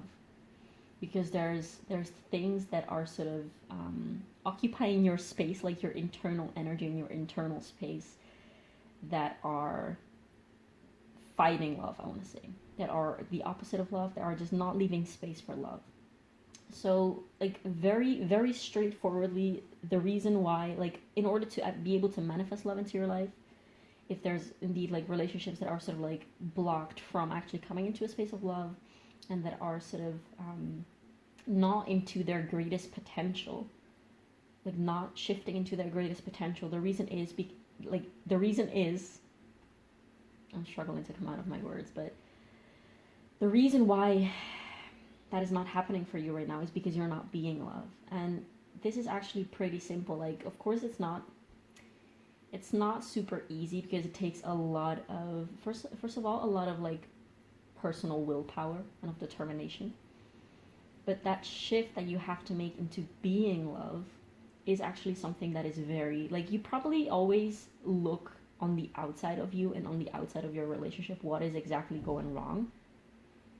And you might be someone who, whenever they are in a partnership, you might be very focused on the other and be like, okay, so why can't you be more compassionate towards me? Why can't you cater to my needs more? Like, why are you...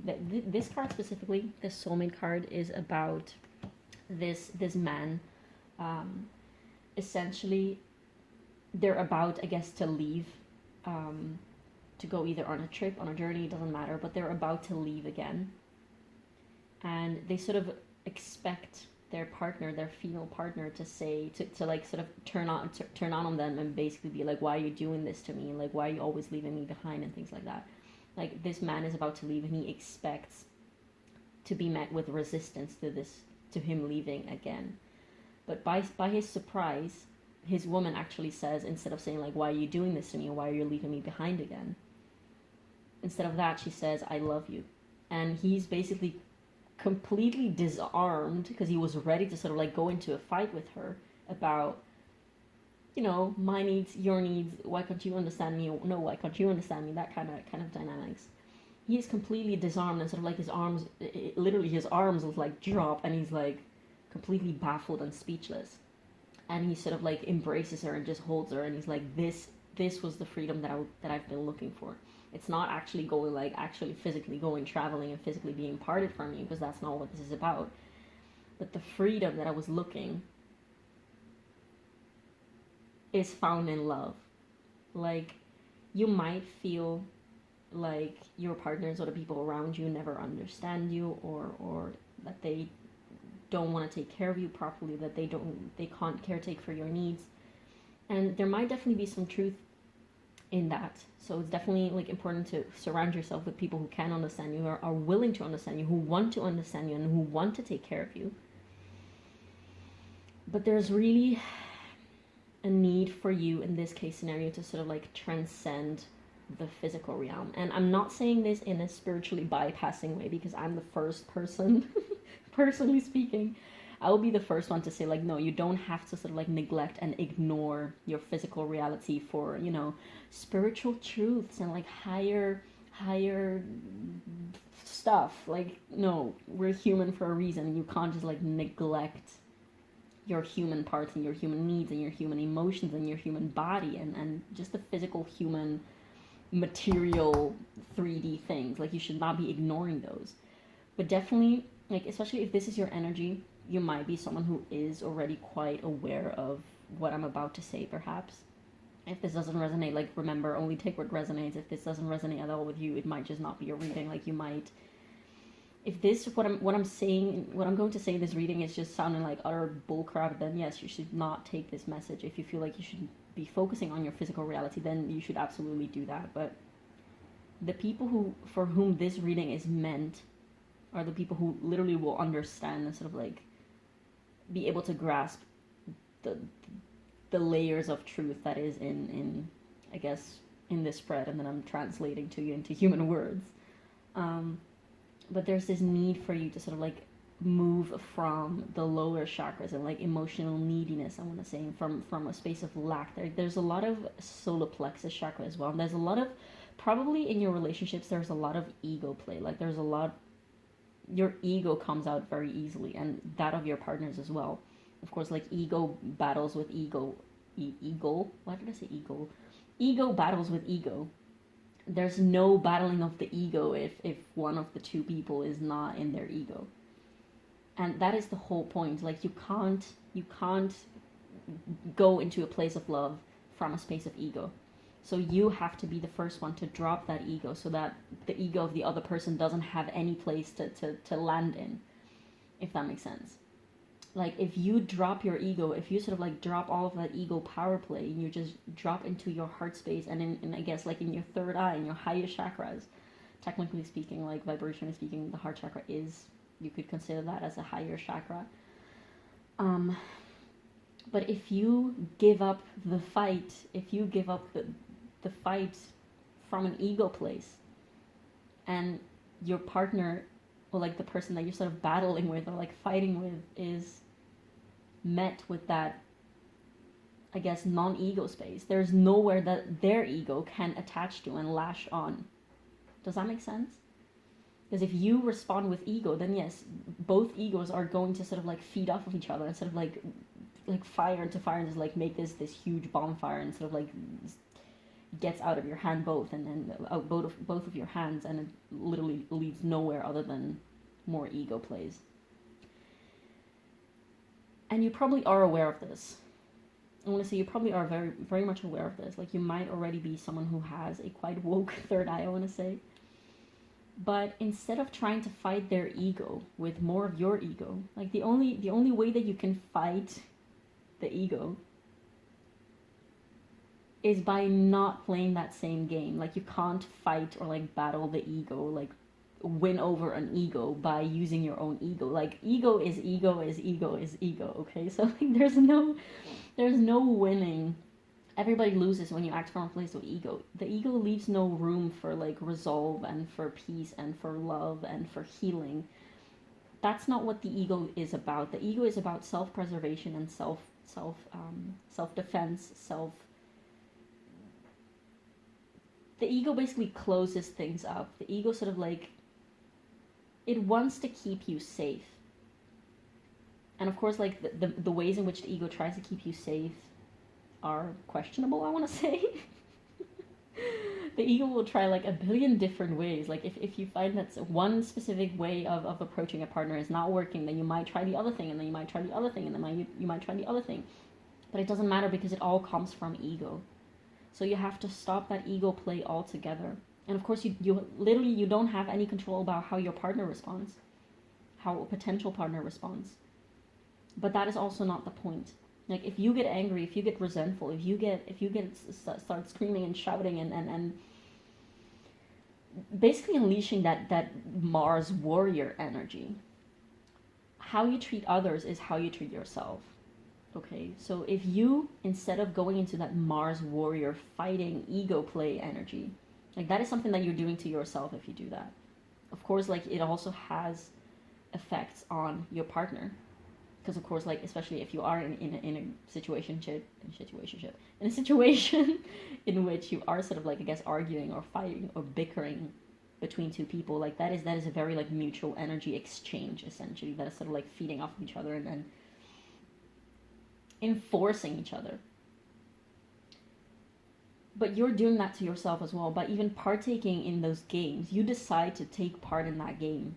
And every time that you do engage in a fight, every time that you do engage in these ego plays, you're deciding, I am going to do this. And you might, like, your ego might be like, no, I'm not the one who's deciding to do this. Like, you are the one who's doing this, and of course I'm going to respond. But the truth is, the moment that you do accept to go into that dynamic, you are choosing that dynamic for yourself. You're choosing it for your relationship as well, but you're choosing it for yourself in the first place. Because you're agreeing and you're accepting that situation. So what you have to do in those situations is stop, like, catch yourself in your tracks, realize what you're doing, and drop that. Drop the armor, drop the ego, drop all of that, and decide, like, no, I'm not going to do this. I am going to embody love right now, because love, at the end of the day, like, the reasons why those fights might happen and those like clashing energies might happen is because we feel unloved. And the only way to go around those things is literally just, like, first of all, not taking part in those plays, as I just said, and just choosing love instead. Like, this spread is all about choosing love. Like, even with this free will card, like, there's a lot of like yellow, there's just a lot of solar plexus. We don't have a solar plexus card, I guess, because it just needed to. This oozes the solar plexus and third eye. Like, and like the chakra cards did not need to come out, because this whole energy just embodies that, so it was superfluous to sort of like add that as well into the specific cards, and these two needed to come out for some reason. I mean, for some reason, I'm about to explain to you why these cards had to come out. But yes, this is basically about choosing to be love. the other person's ego will not be able to feed off of your energy. It's sort of like feed itself and sort of like grow in itself if you are not giving them their food, their nourishment, I guess. If you choose to become love, first of all, people will match your energy. Like if people in such situations feel you coming from a space of love, they will feel, first of all, safer to be vulnerable with you and to be honest and to be truthful and to be authentic. And they will also want to match that energy. Like when two people are engaging, it's so easy to sort of like match each other's energy. If you're vulnerable, the other person will likely also go into an energy of vulnerable. If you're angry, the other person will also probably sort of like rise to meet that sort of like heated energy. If you are embodying, or like if you are seated in that heart space, in that space of love, the other person will feel that. And yeah, sometimes that might even scare people off because the ego feels threatened by that. But you will notice that whenever you make that shift within yourself, like you choose love for yourself, that's what it is about. Like you choose love for yourself. If love is what you want, then you should not go into fights and you should not go into ego. If love is what you want, then choose love. You have free will. You always have control about yourself. And this is not about controlling the other, your partner. It's about having control over yourself. Yourself is the only thing that you can control. Also partially because, you know, divine timing and divine wisdom and whatever and all that. But you do have free will over yourself, and you should drop the need to sort of like change others. While all you have to do is embody whatever it is that you want. Like be the partner that you wish you had. If you want your partner to be compassionate, then you should be the first one to be compassionate to them. If you want your partner to give you freedom, then you should be the first one to give freedom to your partner. And of course, like there will, it's not as straightforward as being like, oh, I'm going to be compassionate to you, so you will automatically be compassionate to me. No, but it's definitely easier to sort of like shift and evolve through those genuine, loving, compassionate, empathetic energies rather than through ego. This card specifically, this is basically about the Great Mother. This is Kali.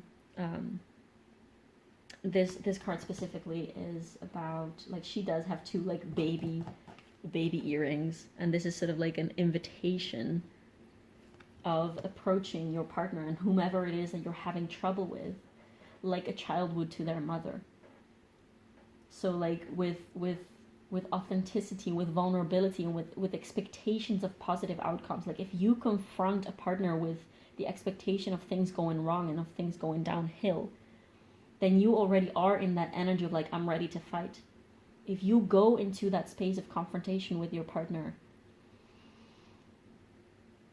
from a space of love, like I love you and I love our relationship and our connection and I want this to work and I'm willing to do everything that it takes from me to make this work, that is a very different energy than when you go confront your partner with the expectation that they will actually lash back out at you. So I actually wanted to take the guidebook out for this card because just the guidebook can explain these things way better than I can. And I'm going to read a couple like passages because it's way too long to read all of it. But basically, what Vishnamata is all about, it says, with her protection, even significant uncertainty does not need to be wrought with despair. This is a pathway that can shift your devastation into a palpable experience of being protected and guided through a difficulty. So this is definitely a lot about, that's why I also said like this is likely you being already in a relationship that might sort of like not be sunshine and rainbows all the time, which is absolutely normal. It's absolutely okay. Of course, like if there is actual physical, mental, emotional abuse at play, that's a completely different thing, and this is not.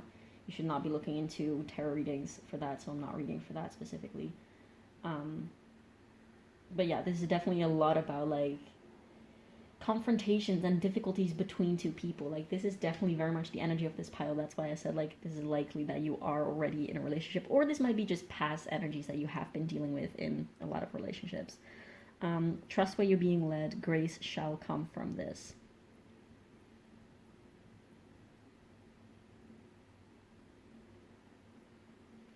The Divine Mother sees our capacity for breathtaking transformation and spiritual awakening, often far more than we recognize in ourselves. to fulfill our inner purpose and move beyond unnecessarily restrictive self-imposed limitations, we need her. When we hold back, gripping onto what is familiar, she lovingly forces our hand. Like, it's like the divine is giving you these opportunities to become love, to step into love. Like, it's going to give you a lot more of these situations so that you can create love. To fulfill our inner purpose and move beyond unnecessarily restrictive self-imposed limitations, we need her. When we hold back, gripping onto what is familiar, she lovingly forces our hand. Like, it's like the divine is giving you these opportunities to become love, to step into love. Like, it's going to give you a lot more of these situations so that you can create love. You can alchemize that any type of energy that is thrown at you into love. Love. You can alchemize that any type of energy that is thrown at you into love. We find the inner strength to move directly through what we once denied ourselves and the right and opportunity to overcome. Exactly, like whenever you are agreeing to those fights and to those like ego plays and ego play powers, you're denying yourself of love. If you want love, then be love, get love, like just become it. You have the power of creating it. It's not that you have to get it from anyone. Your capacity of being love is not dependent on how much another person gives that to you. Like, you have that within yourself already. You see how powerful this is? You might subconsciously be waiting for the other person to be loving to you while you can decide to be loving no matter what. Loving and love and loved. So now we can look into these oracles, which are basically like some advice from your higher self, from whatever it is that your higher self wants you to know, wants you to focus on before we go look into the tarot. So first we have number 29 with Nana Baluku. She rests to create. More third eye energy here. Beautiful heart chakra energy, as well as, I guess, also sacral chakra and third eye. We have the solar plexus chakra with number 3. And the frequency of the solar plexus chakra, the yellow flower of life, supports our sense of self, our personal power, and our willpower. Exactly, keyword, willpower. Was that? Yeah, free will. There you go. As well as our knowing of who we are and what our contribution is to the world. And last but not least, we have the dragonfly with magic. I embrace my transformation. I courageously let go of the past. The magic of nature is in me. I am brilliant. I am blessed. So what this is about, it's strongly, very, very strongly, just reiterating what I just said, honestly, but it's very much strongly about stopping to try to micromanage things outside of you, literally outside of you, because they are outside of your control. Like, this solar plexus chakra is especially calling you to sort of like bring back your energy. If you're trying to constantly sort of like even subconsciously change how other people treat you, like, you can't do that, okay? You can set boundaries, you can speak out your truth, and you can embody whatever it is, like however way that you want to be treated. Embody love. If love is what you want to attract, you have to embody love. And I believe I wrote like an Instagram post yesterday about this very, like, be the energy that you want to attract. Yeah, holy shit, okay. But this is basically like, especially this card, like the Nana Baluku card, is really about you have everything, which was also mentioned in this card, which is very much on brand for this whole reading. This card is very much about you have all the resources within yourself to manifest like your heart's desires, okay? You don't have to look outside of yourself. You have the power within yourself to embrace it, to embody that very energy that you want to become. And also, this is like this, she rests to create. You have to like really pull back your energy. Like, you might definitely look into solar plexus work, as well as heart chakra and third eye chakra, I want to say. But like, this is definitely like the solar plexus chakra might be like a good starting point for you. And it's about giving to yourself and to others. Like, here also we have this service card, which is all about being of service to someone. And like, this person, like specifically in this card, like they gave up their sort of like life dreams to take care of her daughter. And while she's on her deathbed, she's like, oh, I kind of regret not having done a lot in my life. But then right before dying, she's like, it's not true that I have not done a lot. I have spent my life being of service to my daughter, and of like loving her and making sure she was okay. And that is a very honorable thing to do. And she realized the value of that there's so much value in being of service and in giving to others, also to yourself. Never forget yourself. Because, you know, remember, you can't give from an empty cup.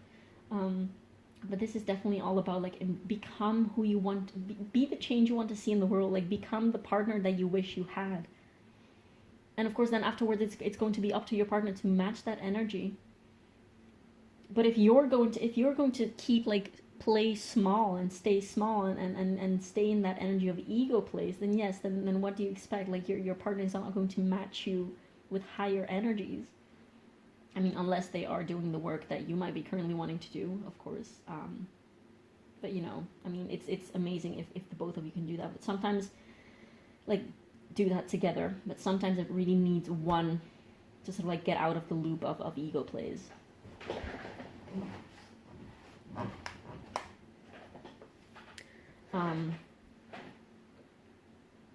But yeah, this is definitely all about stepping into, first of all, being confident within your authentic self, like, not even be afraid of speaking out. I guess this is also about, like, speaking out your truth. Like, how are you able to find your true soulmate, or, like, your true soul family, if you don't speak out your truth?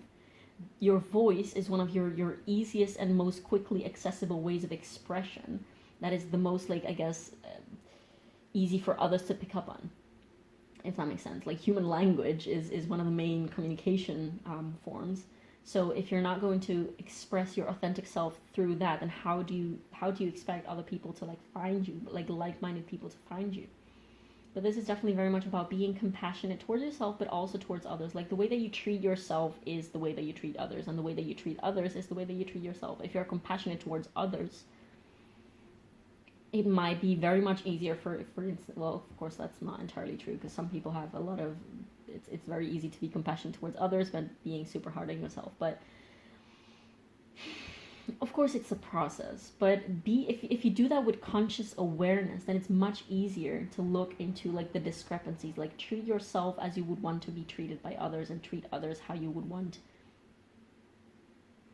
Treat yourself how you would want to be treated by others, and treat others how you would want to be treated. Does that make sense? Oh my god, my brain hurts. Anyways, oh yeah, also definitely, I courageously let go of the past. Like, if you are someone who really much holds on to, like, past grudges and brings up past grudges, that might definitely also be something that your parents might have done, specifically, like, a mother figure might have done with you in the past.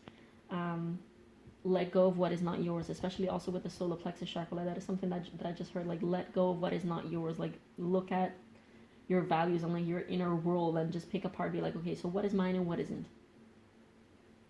What are these values? Like, is this something that I learned, or that I sort of, like, absorbed from someone else because they taught me that that was the truth, or do I actually feel at home with this specific value? Okay, it sounds a little vague, but if you know, you know. Take that as it resonates. Now I actually want to look into the tarot to see whatever it is that your higher self might want you to focus on at this time. Let's see, what do we have for pile 3? This is the True Heart Tarot, one of my favorite decks, honestly.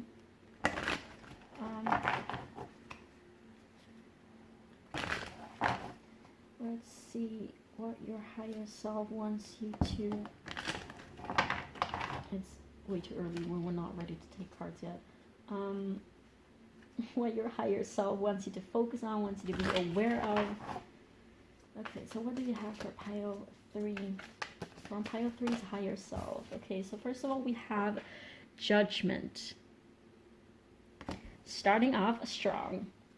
What else do we have for pile 3? Okay, what do we have for pile 3? What do we have for pile 3? From pile 3's higher self. Yeah, this is definitely... Okay, this one wanted to come out reversed or, like, turned upside down. I don't know if it will be, but this is definitely about looking things from a different perspective, but not like I said in the previous piles. Like, literally just, like, changing angle and seeing things from a different angle. But this is literally just, like, look at things from a higher perspective, because you do have very much the ability to do so. We have the Four of Swords in reverse, which is interesting that it wanted to come out in reverse. What else do we have for pile 3?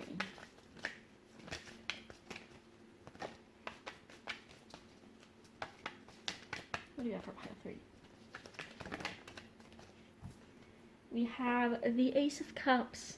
And here again, I want to say, like, you need to fill up your own cup and I guess, like, take a step back. Go back to that feeling of love. Like, if you have been... I'm getting, like, a feeling of rewind. Like, if you have been in a long relationship with someone, this again might not apply. Like, take it as it resonates, even if you're not in a relationship with anyone. But if you are in a relationship, sort of like take yourself back to that feeling of pure love that was there at the beginning. And I'm not saying that you should recreate like honeymoon phase forever and ever, because that's just not realistic, but take yourself back to that feeling of pure love. Like it didn't, like nothing else mattered but love.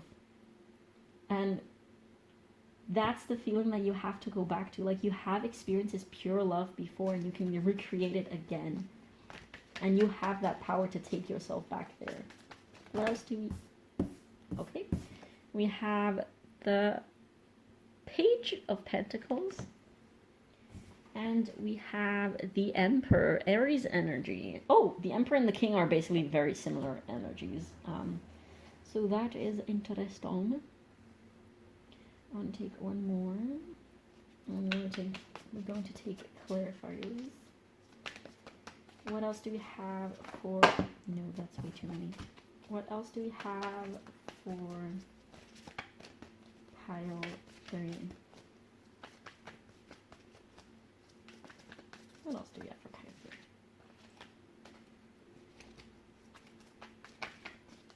Actually, I'm getting the feeling that we should not take any more cards and just go for the clarifiers. Okay, so what do we have for Judgment? What about this Judgment card? We have the Four of Wands. So again, this is in order to rejoice and to find that glory and beauty together with your partner. First of all, it takes a lot of courage and a lot of authenticity, I want to say, and speaking out your truth, okay, and not being afraid, and doing so in a compassionate way, doing so from the heart chakra, not from a place of ego. And extending that compassion to the other as well. But first of all, you have to have compassion about yourself. Like if you think that your own wishes and needs are sort of like silly and stupid and overburdening, then yes, that's going to be how you also present those needs and wishes and wants to your partner and to others. If you are confident in your own needs, and if you're compassionate towards yourself, and if you're not sort of like, I want to say, if you're not desperate to get them, but if you know that you deserve to get them, and that you know that you're worthy to get those needs met, then you will approach your partner in a completely different way. You have the Ace of Cups in reverse, clarifying the Four of Swords in reverse. That is interesting. There's this need of, I'm getting like Hangman vibes with this Four of Swords in reverse and the Eight of Cups in reverse. Like there's a duality between going inwards and sort of like retreating within yourself, but then reverse, and walking away, but then reversed.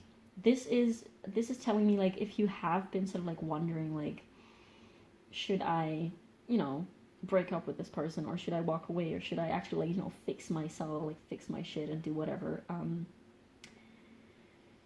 This is telling me, like, it's neither of those. It's just changing how you approach these things. Like, of course you can walk away if that's what your heart really is telling you to do. Of course you can turn inwards if that's what your heart really is telling you to do. But this is it's neither of those. Like, it's with this service and, like, this approaching others with gentleness and giving to others and giving to yourself. It's really a time for you to neither sit with yourself and meditate. Like, of course, meditating is always a good idea, but it's neither the time to sort of like go inwards in like hermit mode. It's also not the time to walk away from things, because if you walk away, I want to say again, and here we also have this like I courageously let go of the past with this card. This definitely might be something that is like a pattern repeating within yourself.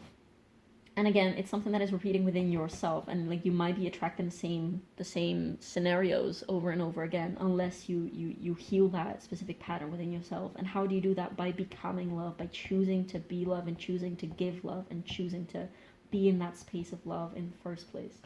What about this Ace of Cups? We have the Six of Cups in reverse. What about this Page of Pentacles?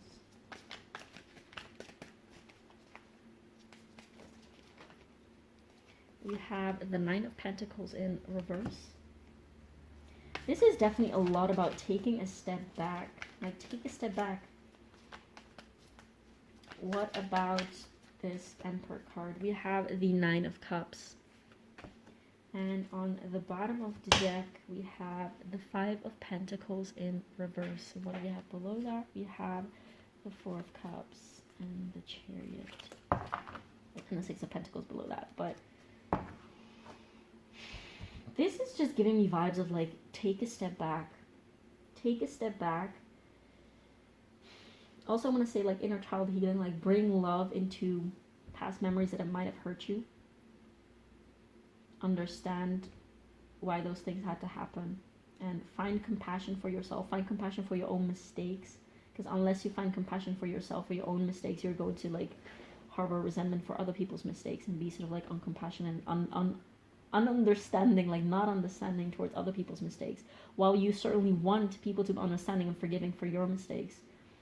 First of all, if you want people to forgive your mistakes, then you have to be able to do that with yourself. Because if other people forgive your mistakes and you still have this feeling of, like, oh no, I really messed up and I'm a bad person for doing that, then, you know, other people's forgiveness is not really going to do anything for you.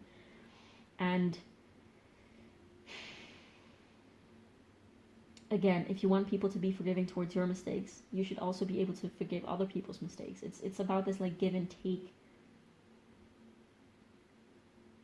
If you want this Nine of Cups, if you want, like, this wish fulfillment of love, which of course, like, it's the whole point of this reading, like, you desire love but something is blocking you, then you should go get it. Go get that love. And how does that look? Become it. Become it. Let people meet you where you're at. Also, be curious. This Page of Pentacles is always like a baby. To me, it's like a baby magician, and it's like a very curious, inquisitive, inquiring energy. She's very naive and very, like, yeah, don't expect yourself to, like, drop everything that you know or knew about love and about relationships, and just really ask yourself, like, what is it that it means for me? Because you might have definitely had a lot of, like, conditioning from your childhood, especially if you had, like, a very turbulent childhood. Like, I want to say, like, a turbulent mother figure, like, if your parents were fighting a lot. You might have just had a very warped, I guess, impression of what love is. So you really have to reconstruct that for yourself. And how do you do that? Just love others how you want to be loved. Learn what it is to love by actually loving people and not by looking how other people are loving you, because of course everyone has their traumas and their conditionings. Be the one that actually makes the change in that. Be the one that actually creates love and brings love into the situation. Seven of Cups. Yeah, you might be unsure about how to do that, but the truth of your heart is, like, love is love. Love is a constant, okay? It's never going to change. Yes, how you express it and how you put it into words and, like, the actions that you take based on love are going to differ, but that's not what love is. That is like a reaction or like a reflection on, like, an outside rippling of love and what love is. Like, the feeling of love will always be the same. Love is love. Love is love is love is love. And yes, it takes figuring out on a human level, how do we actually express it? Like, everyone has their different needs and everyone has their different wishes and wants, and some people might need more space. Some people might need more words of affirmation. Some people might need more this and this and that. And it's really hard to understand how to love every single individual person according to their needs and wishes. Because there's no single one way to, like, love in the right way, in a practical way. The feeling at its core of love is always going to be the same. And this is, like, asking you, it's really beautiful that this Ace of Cups came out basically in the middle of your reading. It's asking you to go back, first of all, sort of, like, retract your energy again within your solar plexus, like, call back your energy toward yourself and go back to that feeling of love, just, like, pure love within yourself, and everything else will come from that. Don't try to create love from everything on the outside of you. Just like find that love within you and act accordingly. Whew, okay, that's intense energy. So I want to take some extra advice from these oracle decks that we have here for you, from your higher self. There's definitely, I want to say, like there's a huge potential for like awakening through love in this pile. Death. We also had this card in one of the previous piles, I believe. I'm learning that endings are merely beginnings. Exactly.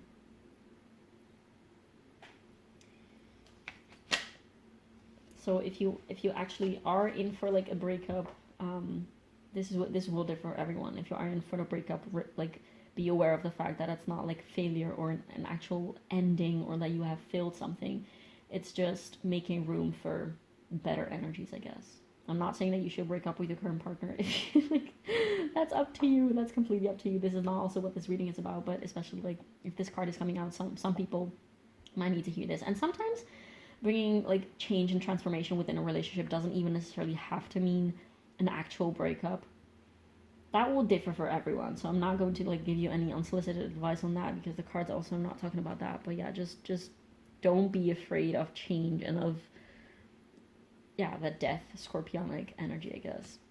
Indecision. I use my intuition in all aspects of life. So yeah, if you're not sure about how to love people, first of all, communication, I want to say, like with that soulmate card, communication is key. It's everything. And also use your intuition. Like, first of all, how would I want to be treated? And then also don't assume that that's exactly how other people want to be treated, because that's not the case. But definitely like move from, rather than using logic, use your heart. Move from your heart space. We have freedom. Didn't we have freedom? Yeah, well, this soulmate card was about freedom, partially. I possess the power and the free will to create my own happiness. Exactly. This is all about that finding that freedom in love. It's beautiful that this card is coming out again. I think it came out in the previous pile as well. I'm not sure. But this is saying, like, I possess the power and the free will to create my own happiness, and I guess to create my own love. Exactly. Next, let's ask Moonology what she has to say for pile 3.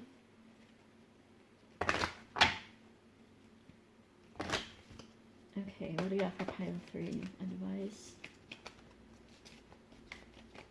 from pile 3's higher self for pile 3.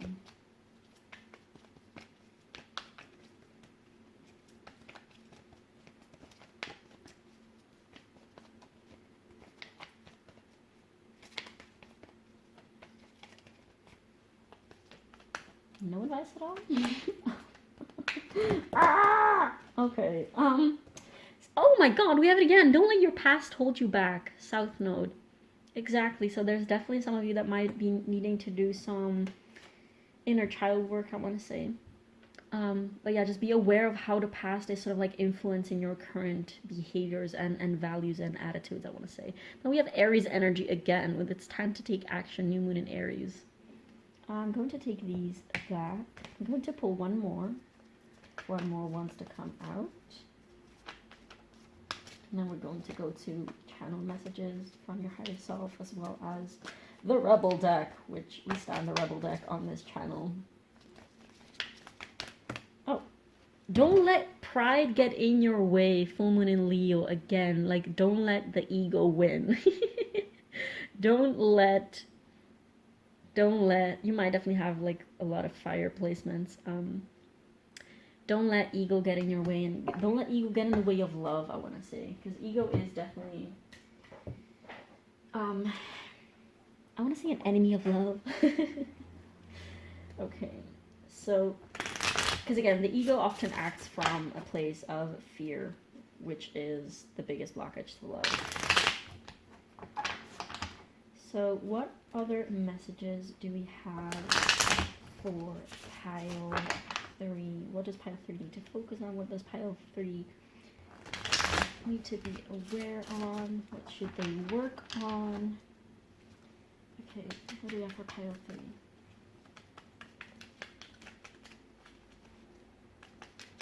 What do we have for pile 3?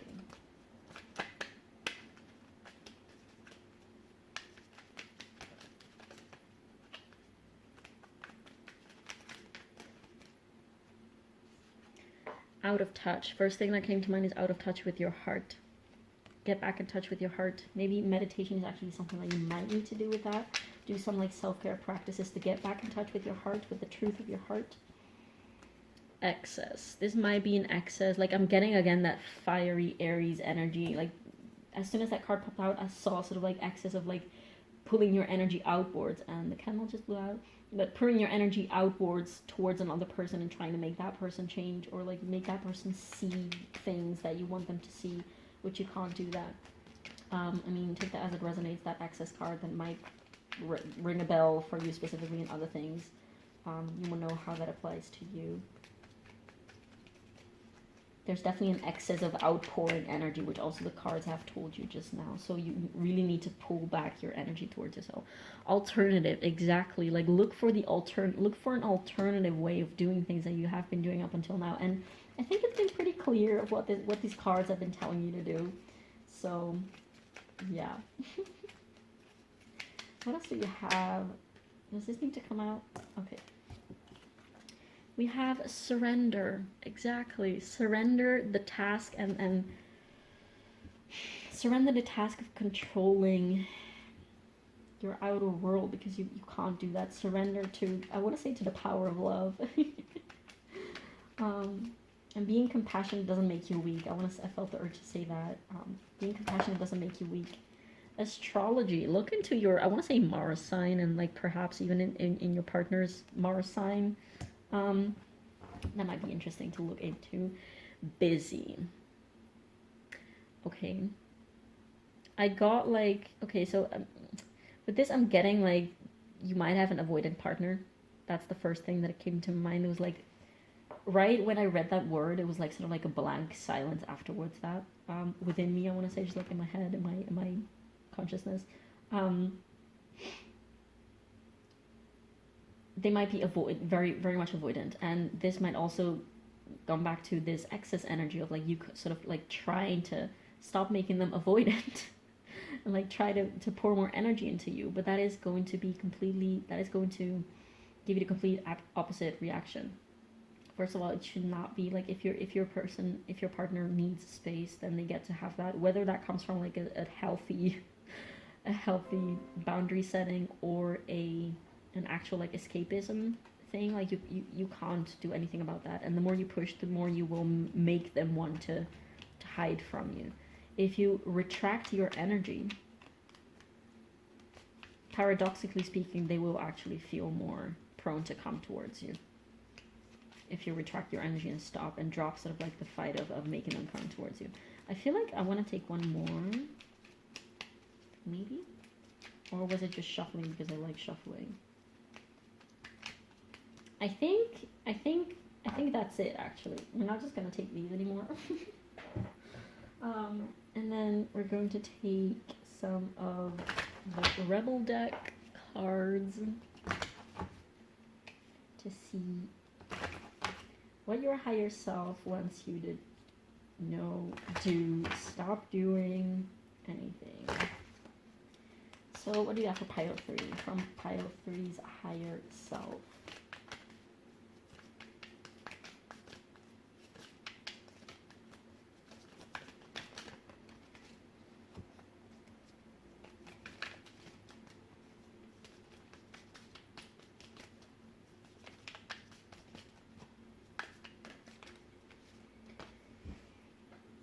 You look like a shit show. You're a hot mess. Fact. Clean yourself up. That is not very kind.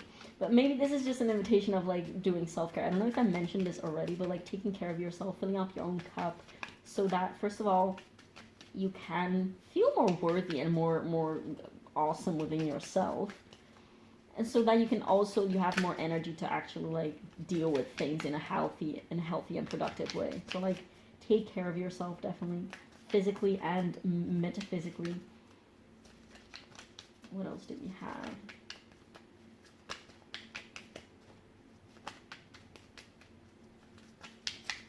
Only take these as they resonate, and if you hate this deck, then please just feel free to skip these parts, because you know, they are what they are. Stop texting, stop stalking, stop checking on that person, just fucking stop. Spend your time on someone worth it, don't waste it on ridiculousness. So that is a very specific one for, I guess, a very specific select of you. This is definitely also a call to sort of like call back your energy towards yourself. Stop focusing so much on the other and focus on yourself, like in a positive way. Not necessarily like, you know, what should I change and how can I make myself a better person or anything, but just pull your energy back and take care of yourself. Stop sleeping so damn much. Wake up, you're missing some cool shit. Exactly. This is just telling me like, go outside, go in nature, just enjoy yourself, do something, do something for yourself with yourself. That's what this card is telling me to tell you. Now we're gonna take one more and then we're going to call it a day. What else do we have for pile 3? What else do we have for pile 3? Stop fucking whining. No one wants to listen to that shit. Complaining makes you weak. You have strength to change your world, so do it. Exactly, exactly. That last part, you have the strength and willpower. I'm suddenly getting like Leo vibes. Well, we did have the Leo card here. You have the strength and willpower to shift your inner world. If you want love, become love. That was like the core message in a nutshell, if you will. Probably like 40 minutes, an hour. I don't know how long this reading is, but all of that to say you have the power to change and transform yourself to become what it is that you want. Okay, pile 3, thank you so much for watching this. I love doing this reading for you. I really hope it brought you some type of clarity or value.